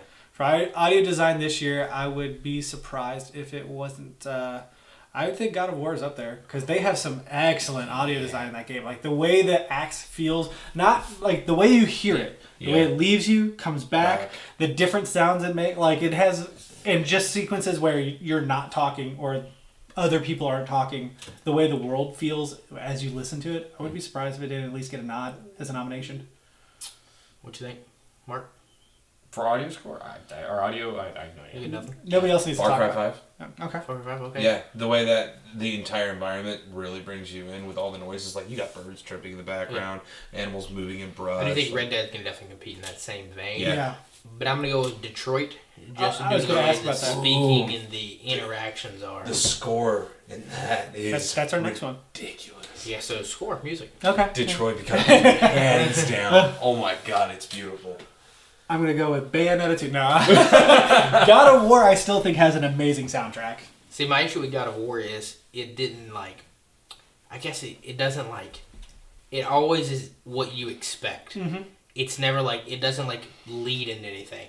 Well, not all of us at the table played Detroit Become Human, okay? Oh, you need to because you feel things just listening to that. I think that a couple games this fall are definitely going to compete for these, and my hope is that best score is going to go to a game that should have previously won. It may have already won, but Infamous Second Son. I don't know if it did win, but I adored the score in Infamous. God, that's such It was such great sound. Yeah. And I hope that Spidey brings it.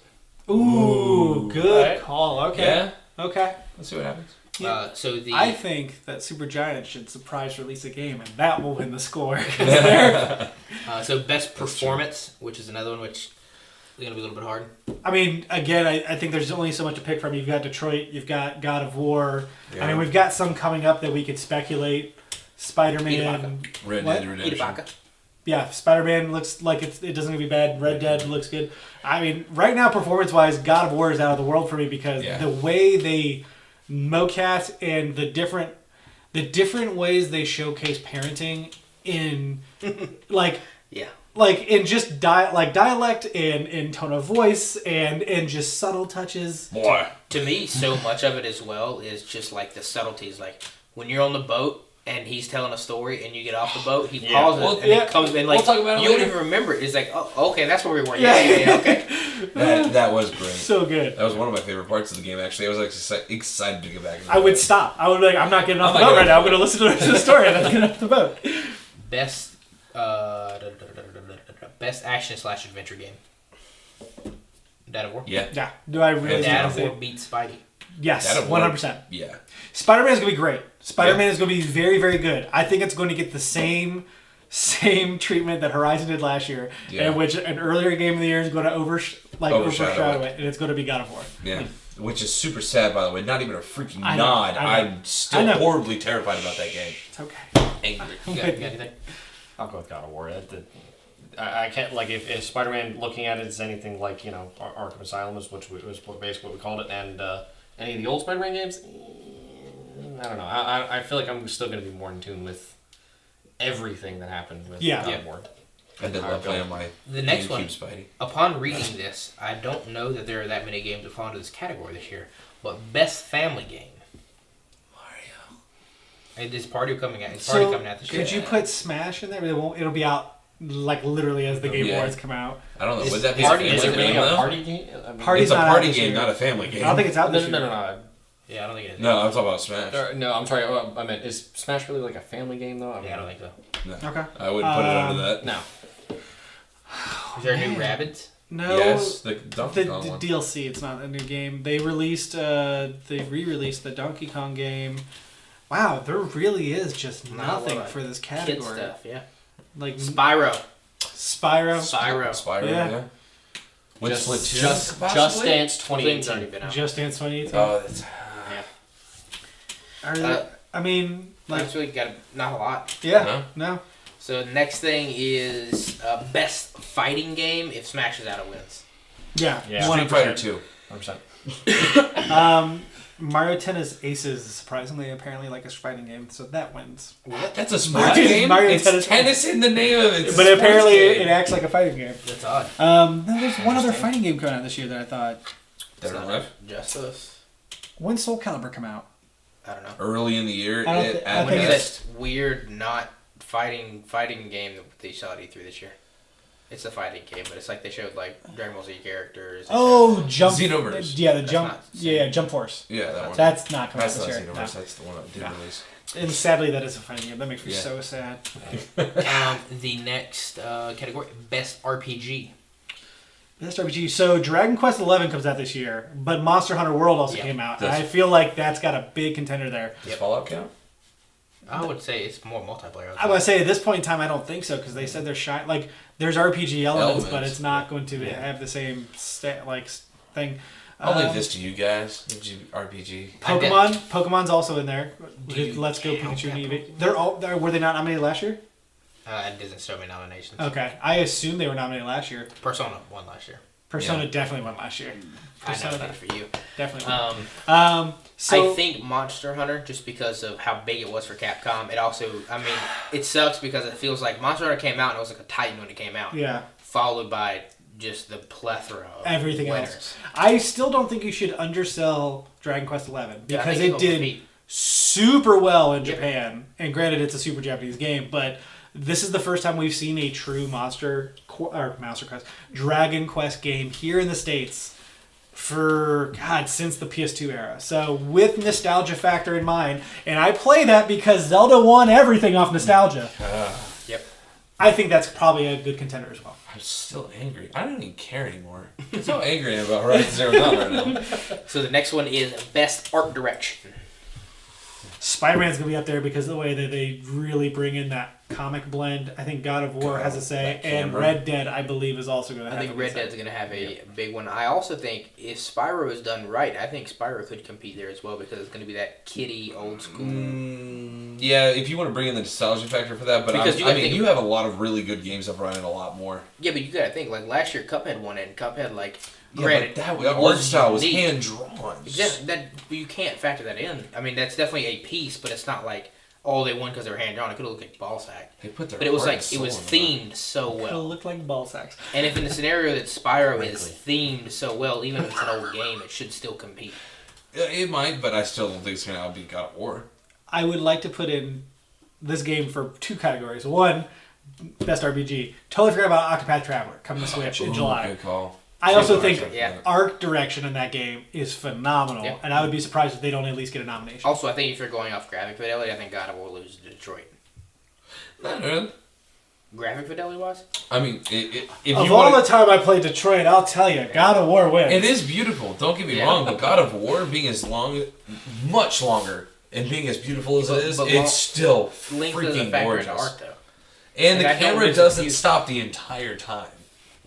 It didn't in No Man's Sky. How'd that work out? No Man's Sky? What? How did No Man's Sky get put into this? Why is No Man's Sky always popping its little head out? Yeah, I know, right? It's like the ending, worst trump card. Yeah. Detroit is beautiful, and the score is beautiful. Art direction-wise, it might actually pull out something, but God of War. Did you beat that game? No. I don't think so. I will. God, it's one of the 5 I haven't finished. As soon as you said it. Best game direction? Did you buy that on disc, by the way?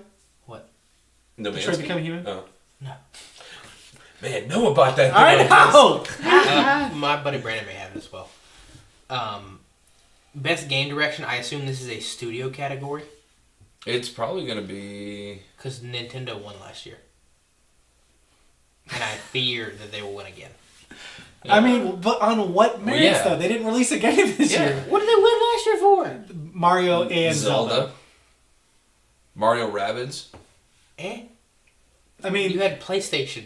For a game... Well, so... like 27 IPs. The difference, I think, though, is that Mario and Zelda were both made by Nintendo's internal studios. Yeah. Whereas PlayStation... Or Horizon is made by Guerrilla Games. You have... God of War is made by Santa Monica Studios. I think they were doing it by studio, not publisher. I can't see it. I know. Yeah, I agree. Game direction. Game direction is a weird one. I think we could skip that category. Why not? I mean, if you want to go ahead and vote. God of War, I think would do that. God of War. Santa Monica Studios. I think John just what's an award? God of War. God of War. We want to make sure PlayStation gets its comeuppance. Well, based on the actual storyline in general, plus how they actually made the game, I think that it's completely different from what any God of War was. I mean, it blew everybody out of the water. Not even just God of Wars. I mean, the way everything came together as a package, it's very different from the majority of games out there. Yeah, it's going to depend on Red Dead, I think. A lot of this is going to depend on how good Red Dead is when it comes out. Best narrative. Again, let's see what happens when Red Dead Redemption 2 comes out. Detroit? Detroit, I haven't played the game, but from my understanding, it has some very interesting ideas that it doesn't put together very well. To be fair, I agree with that, and I have come to a lot of the decision-making skill. I played a good chunk of that game, don't get me wrong. But, no, I don't think narrative-wise. It is cool. I mean, it is a narrative game, but I think they faltered on where they should have succeeded. I don't think anything else this year will most likely compete at all for that. Yeah. Unfortunately. I just think that Detroit's it's different. Like last year, What Remains of Edith and Fitch won. Yeah. And I think just the story standing alone of that is amazing. God of War, while I haven't beat the game yet, I do so far at least appreciate the story, but like that is a part of the reason why I play the game. Whereas like the narrative is why you play Detroit. You don't play Detroit because of its gameplay mechanics. Like God of War is still fun to hack and slash. It's still like fun to do these things. And the game does so much stuff well. That's not to say it's a bad game or it's a bad narrative, but if the game only has a 6 of a narrative out of 10, it's still a Rockstar game because it's such a complete package. Detroit is this close to being like a choose-your-own-end story book. I was about to say, the mechanics lend themselves to the storytelling, so technically you're playing it for both, but I would argue that you need to beat God of War. Because the ending to God of War is the narrative cap that story needs to be rock solid. Because I totally understand where you're coming from. I've had this argument with somebody at work who refused to play the game because he saw a story summary of it. And I was like, you don't understand the impact of how that story is delivered to you, which is important, and the ending piece to it. Like, you have to get to the end in order to truly appreciate it. So here's the deal. I need to borrow a PlayStation. A lot of stuff. I need to create a PSN account, and I need to play both of them now. Yes. Yeah. Then the last one. Yeah, we're down to the final category, which is what is going to win Game of the Year for 2018. This one sucks. It does. Because... John, take it away. Because Why me first? I truly think that something like God of War should get it. And granted, last year Zelda got it. So I do believe that these industry titans that are narrative driven, that do hold a special place in the hearts of gamers, of people who find this passion to be very interesting, I think that's important. But the Game Awards is getting bigger and bigger every year. Yep. So I would not be surprised if something like Fortnite, PUBG, or something along those lines came in and swept it. I don't disagree with you. My thing is very similar to what happened to The Last of Us. I think we are going to see happen again this year for the same reason. The year The Last of Us lost, it lost to GTA.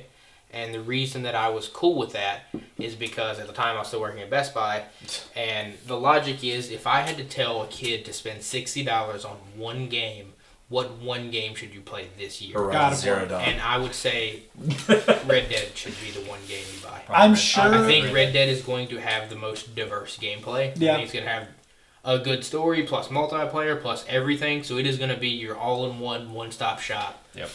Best $60 I think it's game. hilarious because I just have no interest. And I don't disagree honestly, with that. Rockstar does a good job of it every time. Yep. They totally make games that I have never found interesting. Like GTA is one where it was a fun playground to play around with. I could care less about it, and I totally understand why people do. And so, with that same reasoning, I can totally see it coming in and winning. You had graphic fidelity storyline. I thought it was all trash. What? Hate me, I know. GTA. Yeah. Really? Yeah. You did like the character fit thing, whatnot? No. Wow. I thought it was a super unique thing. I mean, I obviously, like, there are other stories I prefer way more, don't get me wrong, but I definitely think, like, it was cool. I like the earlier It's GTAs like more. it's almost like playing Did you play the same lineage of like No, 4 different I games at the watched same time. gameplay and... What the fuck is this? Yeah. Wait, what?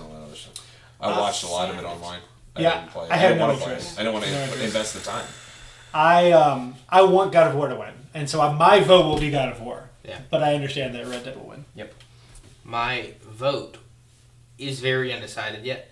I think a lot of people are going to lean towards Fortnite, and I think that Fortnite, may it be popular, and may it be very publicly popular right now, I don't see a way that game should win. Well, and that's where I think having because the way the Game Awards works It's is a popularity contest, sure.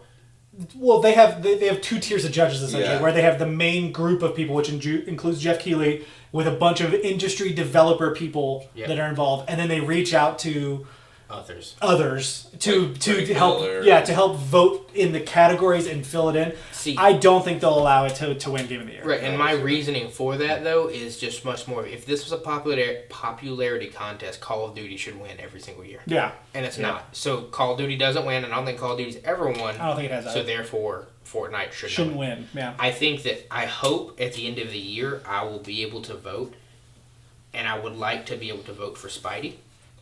I would be conflicted on voting right now between God of War, Detroit, Then why'd you bring Monster up this Hunter topic? even.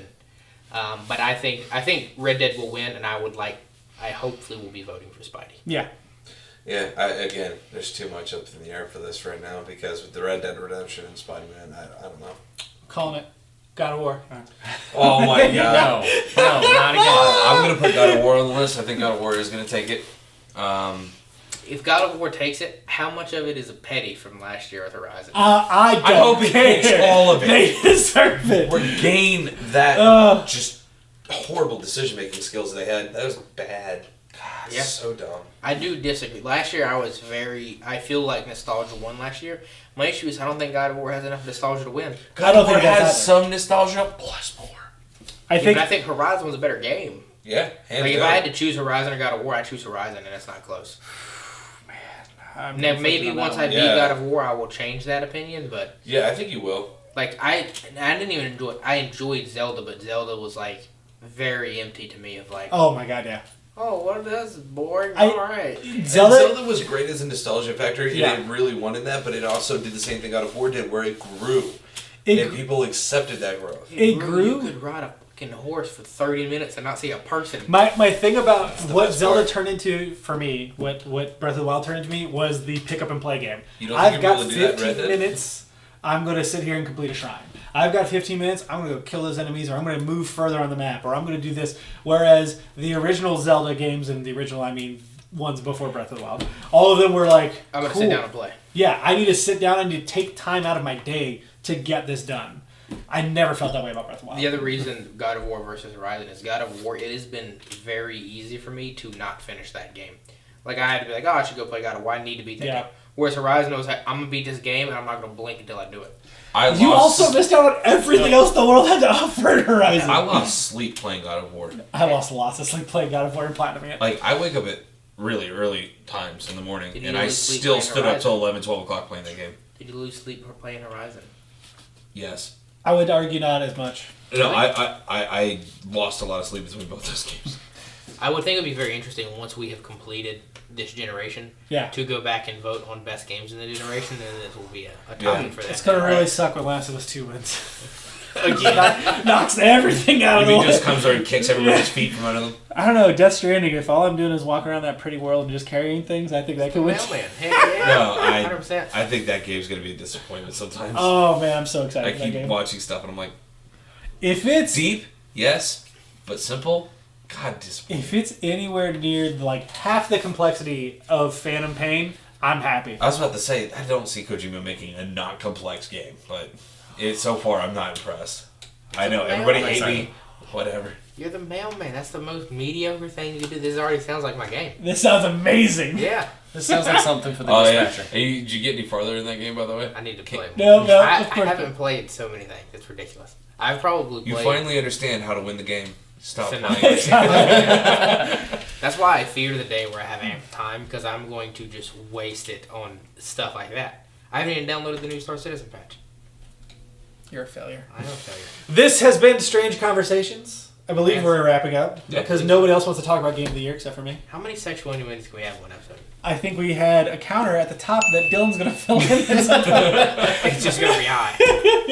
Ding, ding, ding, ding, ding. We gather around this very table each and every week so that way we can discuss these topics along with the important Please don't forget to subscribe. There's also a bell next to that subscribe button. Ding! I don't know why he pointed down. It's down that way. He was wanting to point Oh, good point. It's It's actually down that way. He wanted to point to the ding dong. He wanted to point to the ding dong. There we go. There's another one. The counters wanted more. Feel free to leave some comments down there. We like to talk to our friends. You can see us at the various Twitter handles that were displayed at some point in time along the episode. And until next Handsome John P. time. Ain't wishes. And wishes. Oh, by the way, do you have any comments that you want to, or do you have any This is the comments? end of the episode. We're done. No, they I go don't want on. anything I'm for not wishes. done yet. Damn it. I want ideas. Ideas for what? For what they think Game of the Year is. Yes, should be. let us know Oh, what yeah, you that's We think. had this whole freaking subject. Can Game we of please the ask Year their is. opinion? God. Also, who's going to win the console generation? And ain't for the bushes. Bye!